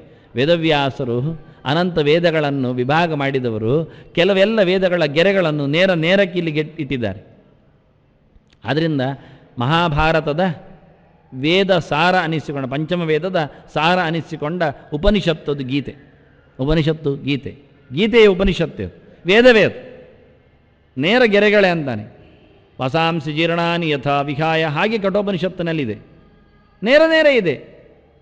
ಇಂದ್ರಿಯಾಣಿ ಪರಾಖ್ಯರ್ಥ, ಅದು ಕಠೋಪನಿಷತ್ತಿನಲ್ಲಿದೆ. ಕೆಲವು ಗೆರೆಗಳು ಹಾಗೆ ತದ್ವತ್ತಾಗಿ ಬಂದಿವೆ, ಅಲ್ಲಿದ್ದೇ ಗೆರೆಗಳು ಇಲ್ಲಿ ವೇದವ್ಯಾಸರು ಹೇಳಿದ್ದು. ಇದು ಒಂದು ಗೆರೆ ಆಗಿ ವಿಷ್ಣುಂ ಕ್ರಾಂತಂ ವಾಸುದೇವಂ ವಿಜಾನನ್ ವಿಪ್ರಹ ವಿಪ್ರತ್ವಂ ಗಚ್ಚತಿ ತತ್ವದರ್ಶಿ ಎನ್ನುವ ಮಹಾಭಾರತದ ಗೆರೆ ಅನುಶಾಸನ ಪರ್ವದ್ದು. ಅದು ಶಾಟಪಾಯನೋಪನಿಷತ್ತು ಎನ್ನುವ ಅಥರ್ವಣ ಶಾಖೆಗೆ ಸಂಬಂಧಪಟ್ಟ ಉಪನಿಷತ್ತಿನಲ್ಲಿ ಆ ಗೆರೆ ಇದೆ. ಹಾಗೆ ಉಪನಿಷತ್ತಿನ ಗೆರೆಗಳು ಅಂದರೆ 100 ಉಪನಿಷತ್ತುಗಳಿವೆ. 1000 ಶಾಖೆಗಳಿರುವಾಗ ಉಪನಿಷತ್ತುಗಳು ಕಮ್ಮಿ ಅಲ್ಲ. 1137 ಶಾಖೆಗಳನ್ನು ವೇದವ್ಯಾಸರೇ ನಮ್ಮ ಮುಂದೆ ಇಟ್ಟಾಗ ಈ ಯುಗದಲ್ಲಿ 5000 ವರ್ಷದ ಕೆಳಗಿನ ಕಥೆಯಲ್ಲಿ ಹಾಗಿರುವ ಉಪನಿಷತ್ತಿನ ಲೆಕ್ಕ ಯಾರು ಹೇಳುವುದು? ಖಂಡಾಬಿಟ್ಟು ಉಪನಿಷತ್ತುಗಳಿವೆ. ಹಾಗೆ ಅಂತಹ ಉಪನಿಷತ್ತುಗಳನ್ನು ಆಚಾರ್ಯರು ಅನೇಕ ಉಪನಿಷತ್ತುಗಳ ಗೆರೆಗಳನ್ನು ನಮ್ಮ ಮುಂದೆ ಇಟ್ಟಿದ್ದಾರೆ, ತೋರಿಸಿಕೊಟ್ಟಿದ್ದಾರೆ. ಅನವಿಬ್ಲಾದ ಶಾಖಾಯಾಮ್ ಎಲ್ಲ ಅಂತಾರೆ. ಅನೇಕ ಶಾಖೆಗಳ ಹೆಸರು ಹೇಳಿದವರು ಆಚಾರ್ಯರು, ಹೆಸರಾದರೂ ಹೇಳಿದ್ದಾರೆ ಒಂದು ದೃಷ್ಟಿಯಿಂದ ಗೆರೆ ಕೊಡುವ ಮೂಲಕ. ಅದನ್ನ ಶಮಃ ಭಗವನ್ನಿಷ್ಠೆ ಇದ್ದವ ಬ್ರಾಹ್ಮಣ. ಅದಕ್ಕೋಸ್ಕರ ಭಗವಂತನಲ್ಲಿ ನಿಷ್ಠೆ ಇದ್ದಾಗ ಪ್ರಪಂಚದಲ್ಲಿ ಅವನಿಗೆ ಆಸ್ಥೆ ಕಡಿಮೆ ಆಗತ್ತೆ. ಆದ್ದರಿಂದ ದಮಃ. ಇತ್ತ ಇಂದ್ರಿಯಗಳು ಮುಚ್ಚಿವೆ, ಅತ್ತ ಭಗವಂತನೆಡೆಗೆ ಸಾಗಿವೆ. ಭಗವಂತನೆಡೆ ಸಾಗಿವೆ ಅಂದರೆ ಮುಚ್ಚಿವೆ ಅಂತ ಅರ್ಥ, ಮುಚ್ಚಿವೆ ಅಂದರೆ ಸಾಗಬೇಕು ಅಂತ ಅರ್ಥ. ಅದಕ್ಕೋಸ್ಕರ ಮಾಡಬೇಕಾದ್ದು ತಪಸ್ಸು, ದೈಹಿಕವಾದ ಪರಿಶ್ರಮಗಳು, ಅದರೊಟ್ಟಿಗೆ ಮಾನಸಿಕವಾದ ಚಿಂತನೆಗಳು, ಪ್ರಮಾಣಗಳ ಅಭ್ಯಾಸಗಳು, ತಪ ಆಲೋಚನೆ, ತಪ ಸಂತಾಪೆ. ಆಲೋಚನೆಗಳು ಗಟ್ಟಿಯಾಗಬೇಕಾದರೆ ದೇಹ ವಿಶ್ರಾಂತ ಆಗಬೇಕು. ಅನೇಕ ಕಡೆಯಲ್ಲಿ ದೇಹ ದುಡಿಸಿಕೊಂಡರೆ, ಗಟ್ಟಿ ಊಟ ಮಾಡಿ ಮಲಗಿಬಿಟ್ಟರೆ ಚಿಂತನೆಗಳು ನಡೆಯುವುದಿಲ್ಲ. ಆದ್ದರಿಂದ ದೇಹದ ತಪಸ್ಸು ಉಂಟು. ಆದ್ದರಿಂದ ಹೇಳುವಾಗವನ್ನೇ ಯಜ್ಞೇನ ದಾನೇನ ತಪಸ ಅನಾಶಕೇನ ಅಂತ ಶ್ರುತಿಯೇ ವಿವರಣೆ ಕೊಟ್ಟಿದ್ದು. ತಪಸ್ಸು ಅಂದರೆ ಮೂಗು ಮುಟ್ಟುಕೊಂಡು ಕೂತ್ಕೊಳ್ಳುವುದಲ್ಲ, ಗಡ್ಡೆ ಬಿಟ್ಟುಕೊಂಡು ಆಶ್ರಮದಲ್ಲಿ ಇರುವುದೂ ಅಲ್ಲ. ಹೆಚ್ಚಿನವರೆಲ್ಲ ತಪಸ್ಸು ಅಂದರೆ ತಿಳ್ಕೊಂಡಿದ್ದಾರೆ, ಕೆಂಪು ಬಣ್ಣದ ಬಟ್ಟೆ ತೊಟ್ಟುಕೊಳ್ಳುವುದು, ಆಶ್ರಮಕ್ಕೆ ಸೇರಿಬಿಡುವುದು ಅಂತ. ಅದು ಊಟಕ್ಕೋಸ್ಕರ ಇದ್ದಾಗ ಆಗತ್ತೆ, ಪ್ರಯೋಜನ ಇಲ್ಲ ಆಗತ್ತೆ. ತಪಸ್ಸು ಅಂದರೆ ನಿಜವಾಗಿ ಉಣ್ಣದಿರುವುದು. ಅದು ಎಲ್ಲಿಯೂ ಆಗತ್ತೆ ಅಂತಾನೆ. ಕಡಿಮೆ ಊಟ ಮಾಡು, ಯೋಗ್ಯ ಪದಾರ್ಥಗಳನ್ನು ಮಾತ್ರ ಕಮ್ಮಿ ಮಟ್ಟದಲ್ಲಿ ತಗೊಳ್ಳು. ದೇಹ ಧಾರಣೆಗೋಸ್ಕರ ಮಾತ್ರ ಊಟ ಹೊರತು ಪದಾರ್ಥಗಳ ಭೋಗಕ್ಕೋಸ್ಕರ ಅಲ್ಲ ಆಗಬೇಕು. ಅದಕ್ಕೋಸ್ಕರ ಶೌಚಮಂದ. ಅಂತಹ ತಪಸ್ಸು ಉಳಿಬೇಕಾದರೆ ಮಡಿಯಾಗಬೇಕು. ಬಾಹ್ಯದ ಆಂತರದ ಎರಡೂ ಶುಚಿಗಳು, ಶೌಚಗಳು, ಮಡಿವಂತಿಕೆಗಳು. ನೀರಿನ ಶೌಚ ಪ್ರಧಾನ, ಪದಾರ್ಥಗಳ ಅರ್ಥಶೌಚ, ಪದಾರ್ಥಗಳ ಶೌಚ, ದುಡ್ಡಿನ ದ್ರವ್ಯದ ಶುದ್ಧಿ, ಕೈ ಬಾಯಿಗಳ ಶುದ್ಧಿ. ತಿನ್ನುವಾಗ ಯೋಚನೆ ಮಾಡಬೇಕು, ಇದು ಎಲ್ಲಿದ್ದು, ಇದರ ಮೂಲ ಏನು, ಯಾರು ಮುಟ್ಟಿದ್ದಾರೆ, ಏನು ತಂದಿದ್ದಾರೆ, ಅದು ಯೋಚನೆ ಮಾಡೋದಿಲ್ಲ ಇವರು. ಶೂದ್ರ ಮುಟ್ಟಿದ ನೀರಿನ ಅಥವಾ ಮೊಸರಿನ ಊಟ ಮಾಡ್ತಾರೆ, ಆದರೆ ಶೂದ್ರ ಮಾತ್ರ ಬರಬಾರ್ದು ಇಲ್ಲಿ. ಅವನು ಹೇಳ್ತಾನೆ ನಾನು ಕುಡ್ದೇ ಕೊಟ್ಟದ್ದು ಅಂತ. ಬೇಡ ಸಮರ್ಪಣೆಗೆ ಬರ್ತದೆ, ವ್ಯಾದ ಬೇಡ ಮಾತ್ರ ನಮಗೆ ಬೇಡ, ಅವನು ಬರೋದಿಲ್ಲ. ಅವ ಹೇಳಿದ ನಾನೇ ಎಲ್ಲ ಒಟ್ಟು ಮಾಡಿದ್ದು ಅಂತ. ಅದಾಗೋದಿಲ್ಲ ನಮಗೆ. ನೋಡಿ ಎಷ್ಟು ವಿಚಿತ್ರ ಅಂತ. ಯಾರೋ ಮಾಡಿದ ಆ ಗುಲಾಬ್ ಜಾಮ್ ಪೌಡರ್ ಎಲ್ಲ ತಿಂತೇವೆ ನಾವು ಮನೆಯಲ್ಲಿ ತಂದು, ಹಾಗಾದರೆ ಅವನು ಮಾತ್ರ ಬರಬಾರ್ದು, ಅವನ ಪ್ಯಾಕೆಟೇ ತಿಂತೇವೆ. ಅದನ್ನ ಶೌಚವನ್ನೇ ಹೇಳಿದ, ನೀನು ಪದಾರ್ಥದ ಮೂಲ ನೋಡು, ಅಲ್ಲಿ ಶುಚಿ ಉಂಟ ನೋಡು, ಮತ್ತೆ ಮಾತಾಡು ಅಂತ. ನೀನು ತಿನ್ನುವ ಸೊತ್ತುಗಳು ನೋಡು, ನೀರಿನ ಮಡಿವಂತಿಗೆ ನೋಡು, ನಿನ್ನ ಜಾಗದ ಯೋಚನೆ ಮಾಡು. ಶೌಚಂ, ಅದಕ್ಕೋಸ್ಕರ ಕ್ಷಾಂತಿ ಅಂದ. ಕ್ಷಮೆ ಎಲ್ಲದಕ್ಕೂ ಸೈರಣಿ. ಶಾಂತಿ ಕ್ಷಮಾ ದ್ವಂದ್ವ ಸಹಿಷ್ಣುತಾ. ಇನ್ನೊಂದು ಕಡೆ ಭಾರತ ಹೇಳ್ತದೆ ಎಲ್ಲ ಗೆರೆಗಳಿಗೂ ಉತ್ತರ ಉಂಟಯ್ಯ ಅಲ್ಲಲ್ಲಿಯೇ. ಆದ್ದರಿಂದ ನೀನು ಅದನ್ನು ಯೋಚನೆ ಮಾಡಬೇಡ. ಮೇಲೆ ಕೆಳಗೆ ಭೇದವನ್ನು ಪಂಕ್ತಿಯನ್ನು ವ್ಯತ್ಯಾಸ ಮಾಡಬೇಡ. ಭಗವಂತನ ಪ್ರಜ್ಞೆಯಿಂದ ಎಲ್ಲವನ್ನು ಸಾಬೀತು ಮಾಡಲಿಕ್ಕಾಗತ್ತೆ. ಅಂತರ್ಬಹಿಶ್ಚತ ಸರ್ವಂ ಇದ್ದಾಗ ಎಲ್ಲ ಕಡೆ ತುಂಬಿದ ನಾರಾಯಣನ ಸ್ಮರಣೆ ಮಾಡಿಕೊ. ಸಬಾಕ್ಯಾಭ್ಯಂತರ ಶುಚಿ. ಅದನ್ನ ಶೌಚ ಕ್ಷಾಂತಿಯಲ್ಲಿ ಬಂತು. ಸಮತ್ವಂ ಯೋಗ ಉಚ್ಯತೆ ಅಂದ. ಶುನಿಚೈವ ಶ್ವಪಾಕೇಚ ಪಂಡಿತ ಸಮದರ್ಶಿನಃ ಅಂತಾನೆ. ನೀನು ಪಂಡಿತನ? ಹೌದು. ಹಾಗಾದರೆ ನಿನಗೆ ಮಂಡೆ ಮಾರಿ ಅಂತ ಅದಕ್ಕೆ ಎಲ್ಲ ಒಂದೇ ಬಗ್ಗೆ ಕಾಣೋದಿಲ್ಲ ನಿನಗೆ. ಎಲ್ಲ ಕಡೆಯೂ ದೇವರು ಒಂದೇ, ಅದನ್ನು ನೋಡು. ವ್ಯಕ್ತಿಯನ್ನು ನೋಡಬೇಡ, ಕಂಬಕ್ಕೆ ಗುದ್ದಬೇಡ, ಕಂಬದೊಳಗಿನ ದೇವರನ್ನು ಪ್ರೀತಿಸು ಅಂತಾನೆ. ನಾವು ಕಂಬವನ್ನೇ ಗುದ್ದುತ್ತಾ ಕೈ ಹಾಳು ಮಾಡಿಕೊಂಡೆವು, ಮೈಲಿಗೆ ಮಾಡಿಕೊಂಡು. ನಾಯಿಗೆ ಹೊಡಿಲಿಕ್ಕೆ ಹೋಗಿ ಕೈ ಹಾಳಾಗುವುದಿಲ್ಲ. ಅದರೊಳಗಿನ ಭಗವಂತನನ್ನು ಕಂಡಾಗ ಮುಟ್ಟದಿರುವುದು ಚಂದ ಕಾಣೋದಿಲ್ಲ ಅಂತ. ಆರ್ಜವಂ ಅಂತಾನೆ, ನೇರವಾಗಿರತಕ್ಕ ನಡೆನುಡಿ. ಆರ್ಜವ ಅಂದರೆ ಆರ್ಜವಂ ಸಮಚಿತ್ತತ ಅಂತಾರೆ. ಸಮ ಇಲ್ಲವೋ ಅವನ ಆರ್ಜವ ಇಲ್ಲ ಅಂತ ಅರ್ಥ. ರುಜು ಅಂದರೆ ಏನು ಗೊತ್ತೋ? ಸಮ ಇರಬೇಕು. ಸಮಕ್ಕೆ ಸಮ, ವಿಷಮಕ್ಕೆ ವಿಷಮ. ಸಮಕ್ಕೆ ವಿಷಮ, ವಿಷಮಕ್ಕೆ ಸಮ ಇರಬಾರ್ದು. ಹೇಗುಂಟು ಹಾಗಿರಬೇಕು, ಅದು ರುಚು. ಪ್ರಮಾಣ ಹೇಗಿದೆ ಹಾಗೆ ನಡೆ, ಮಾತು ಹೇಗಿದೆ ಹಾಗೆ ಕೃತಿ, ಹೇಗೆ ಇರಬೇಕು ಹಾಗೆ ತಿಳಿಬೇಕು. ಇದೆಲ್ಲವಲ್ಲಿಯೂ ರುಜುತನ, ನೇರವಾಗಿರತಕ್ಕ ಪ್ರಾಮಾಣಿಕವಾದ ಬದುಕು ಒಂದೇ ಸಾಕು. ಇಡೀ ಬದುಕನ್ನು ಹಸನುಗೊಳಿಸಲಿಕ್ಕೆ, ಬ್ರಾಹ್ಮಣನಾಗಲಿಕ್ಕೆ ಒಂದೊಂದು ಸಾಕಾಗತ್ತೆ. ಅಲ್ಲಿ ಪ್ರಾಮಾಣಿಕನಾದ ದುಡಿಮೆ, ಸತ್ಯನಿಷ್ಠೆ. ಅದು ಆದಿತ್ಯ ಚಂದ್ರವು ಅನಿಲೋ ನಲಶ್ಚ ಅಂತ ಸಾಕ್ಷಿ ದೇವತೆಗಳ ಬಗ್ಗೆ ಅನೇಕ ಕಡೆ ಬಂದ ಮಾತು. ಅದು ಅಗ್ನಿಪುರಾಣದಲ್ಲಿ ಇದೆ, ತುಂಬ ಕಡೆ ಇದೆ. ಗರುಡ ಪುರಾಣ ಹೇಳುತ್ತೆ. ಸಾಕ್ಷಿಗಳ ವಿಚಾರಣೆ ಬಂದಾಗ ಎಲ್ಲ ಪುರಾಣಕಾರರು ಹೇಳ್ತಾ ಇರ್ತಾರೆ. ಅನೇಕ ಸಂವಾದಗಳು ಪುರಾಣಗಳಲ್ಲಿ, ಅನೇಕ ಋಷಿಗಳ ದೇವತೆಗಳ ಮಾತುಕತೆಗಳು ಎಲ್ಲವನ್ನು ಸಾಬೀತುಪಡಿಸ್ತವೆ, ನಮ್ಮ ಮುಂದೆ ಪ್ರತ್ಯಕ್ಷ ಮಾಡ್ತಾರೆ. ಹಾಗಾಗಿ ಆರ್ಜವಂ ಅಂತಾನೆ. ಕೊನೆಗೆ ಜ್ಞಾನಂ, ಇದಕ್ಕೋಸ್ಕರ ಭಗವಂತನ ಅರಿವು. ವಿಜ್ಞಾನಂ, ವಿಷ್ಣುವಿನದ್ದೇ ಅರಿವು. ಇತರ ದೇವತೆಗಳ ಅರಿವು, ಇತರ ಲೋಕಗಳ ಅರಿವು, ಇತರ ವ್ಯಕ್ತಿಗಳ ಅರಿವು, ಇತರ ತಂತ್ರಗಳ ಅರಿವುಗಳು, ಇತರ ಧರ್ಮಗಳ ಅರಿವು, ಅದರೊಟ್ಟಿಗೆ ಭಗವಂತನ ವಿಶೇಷವಾದ ಅರಿವು. ಎಲ್ಲ ಕಡೆಯಲ್ಲಿಯೂ ವಿಷ್ಣು ಜ್ಞಾನ. ವಿಜ್ಞಾನ ಅಂದರೆ ಜ್ಞಾನಂ ಸಾಧಾರಣಂ ಸ್ಮೃತಂ. ಸಾಧಾರಣ ಅರಿವು ಅದು ಜ್ಞಾನ. ವಿಜ್ಞಾನ ಅಂದರೆ ಅದರ ಸ್ಪೆಷಾಲಿಸೇಷನ್, ವಿಶೇಷವಾದ ಅರಿವು ಅಂತ. ಭಗವಂತ ಸರ್ವೋತ್ತಮ ಎನ್ನುವುದು ಅರಿವು. ಅದು ಹೇಗೆ ಅಂದಾಗ ಉಳಿದವರು ಸಿಗ್ತಾರೆ. ಲಕ್ಷ್ಮಿ ಅಧೀನಲಾಗಿ, ಪ್ರಕೃತಿ ಮಾತೆಯಾಗಿ, ಮಡದಿಯಾಗಿ, ಬ್ರಹ್ಮ ಮಗನಾಗಿ, ಜಗತ್ತಿನ ಪೂರ ದೊರೆಯಾಗಿ, ರುದ್ರದೇವರ ಅಜ್ಜನಾಗಿ, ಮನೋಭಿಮಾನಿಯ ವಿಶೇಷವಾಗಿರತಕ್ಕ ಪಿತಾಮಹನಾಗಿ, ಹೀಗೆ ಒಂದೊಂದು ತಿಳ್ಕೊಳ್ಳೋದು ವಿಜ್ಞಾನ. ಭಗವಂತ ಸರ್ವೋತ್ತಮ ಎನ್ನುವುದು ಸಾಮಾನ್ಯ ಜ್ಞಾನ ಆಯಿತು. ಅದರ ಮೇಲಿನ ಹೇಗೆ ಸರ್ವೋತ್ತಮ, ಯಾಕೆ ಸರ್ವೋತ್ತಮ ಎನ್ನುವ ಚಿಂತನೆಗಳು. ಹೇಗೆ ಮತ್ತು ಯಾಕೆ ಅಂತ ಆಗಬೇಕು. ಅವ ಕ್ಷರಾಕ್ಷರಾತೀತ ಯಾಕೆ ಅವನು, ಯಾವ ರೀತಿಯಿಂದ ಕ್ಷರಪುರುಷರ ವ್ಯವಸ್ಥೆ, ಮೋಕ್ಷ ದಾತೃತ್ವ ಅಂದರೆ ಏನು, ಇದೆಲ್ಲ ವಿಶೇಷವಾದ ಅರಿವುಗಳಿಂದಾಗಿ ಭಗವಂತನ ಸರ್ವೋತ್ತಮತ್ವವನ್ನು ನಾವು ದೃಢ ಮಾಡಿಕೊಳ್ಳಿಕ್ಕಾಗತ್ತೆ. ಅದು ಜ್ಞಾನಂ, ವಿಜ್ಞಾನಂ, ಆಸ್ತಿಕ್ಯ. ಇದೇ ಆಸ್ತಿಕ ಭಾವ ಅಂದರೆ ನಮಗೆ ಗೊತ್ತಿಲ್ಲದ್ದು ಇರ್ತದೆ, ಅಂಥದ್ದು ಸಾಧ್ಯತೆ ಶಾಸ್ತ್ರದಲ್ಲಿ ಹೇಳಿದ್ದು ಹೌದಾಗಿದೆ ಅನ್ನುವ ನೆನಪಿನಲ್ಲಿ ನಡೆಸಿಕೊಳ್ಳುವಂಥ ಅದು ನಂಬಿಕೆ. ಆಸ್ತಿಕ್ಯ ಅಂದರೆ ಒಂದು ರೀತಿಯ ಶ್ರದ್ಧೆ, ನಂಬಿಕೆ. ಅಸ್ತಿ ಅಂತ, ಅಸ್ತಿ ಭಗವಾನ್, ಅಸ್ತಿ ಪರಲೋಕ, ಅಸ್ತಿ ಮೋಕ್ಷ, ಇತ್ಯಾದಿಗಳನ್ನೆಲ್ಲ. ಬೇರೆ ಲೋಕ ಇದೆ, ನಮ್ಗೆ ಗೊತ್ತಿಲ್ಲದ್ದೇ ಇಲ್ಲ ಹೇಳಿಬಿಟ್ರೆ ಮುಗಿದೋಯ್ತು, ಮತ್ತೆ ಮಾತಾಡುವ ಹಾಗೆ ಇಲ್ಲ, ಇನ್ಯಾವುದು ಮಾಡಲಿಕ್ಕಿಲ್ಲ. ನಮಗೆ ಗೊತ್ತಿಲ್ಲದ್ದು ಅತೀಂದ್ರಿಯವಾದರ ಕಲ್ಪನೆ, ಇಲ್ಲಿಗೆ ಭೌತವಾದ ಮುಗಿಯಿತು, ಅಭೌತವಾದದ್ದು. ಅತೀಂದ್ರಿಯವನ್ನು ವಿಜ್ಞಾನ ಒಪ್ಪುವುದಿಲ್ಲ. ಅದನ್ನ ಜ್ಞಾನಂ, ವಿಜ್ಞಾನಂ, ಆಸ್ತಿಕ್ಯಂ ಅಂತ ಪ್ರತ್ಯೇಕ ಹೇಳಿದ. ಅತೀಂದ್ರಿಯ ವಿಷಯಕ್ಕೆ ಬಂದಾಗ ಇಡೀ ಜಗತ್ತು ಮೌನ ಆಗುತ್ತೆ. ಅವರ ಯೋಗ್ಯತೆ ಎಷ್ಟುಂಟು ಅಷ್ಟೇ ಆಗುತ್ತೆ. ಅತೀಂದ್ರಿಯ ಶಕ್ತಿ ಸಂಪನ್ನರು ಇಲ್ಲಿ ಬಂದು ಮಾತಾಡುವುದಿಲ್ಲ, ಕೊಡುವುದಿಲ್ಲ, ರಹಸ್ಯವನ್ನು ಬಿಟ್ಟು ಕೊಡುವುದಿಲ್ಲ, ನೀನು ಅನುಭವಿಸು ಅಂತಾರೆ, ಮುಗಿಯಿತು ಅಷ್ಟೆ. ಅತೀಂದ್ರಿಯತೆ ವ್ಯವಸ್ಥೆಯ ಅದ್ಭುತವಾಗಿರ್ತದೆ. ಆದ್ದರಿಂದ ಆಸ್ತಿಕ್ಯ ಇದಿಷ್ಟು ಬ್ರಾಹ್ಮ ಕರ್ಮ.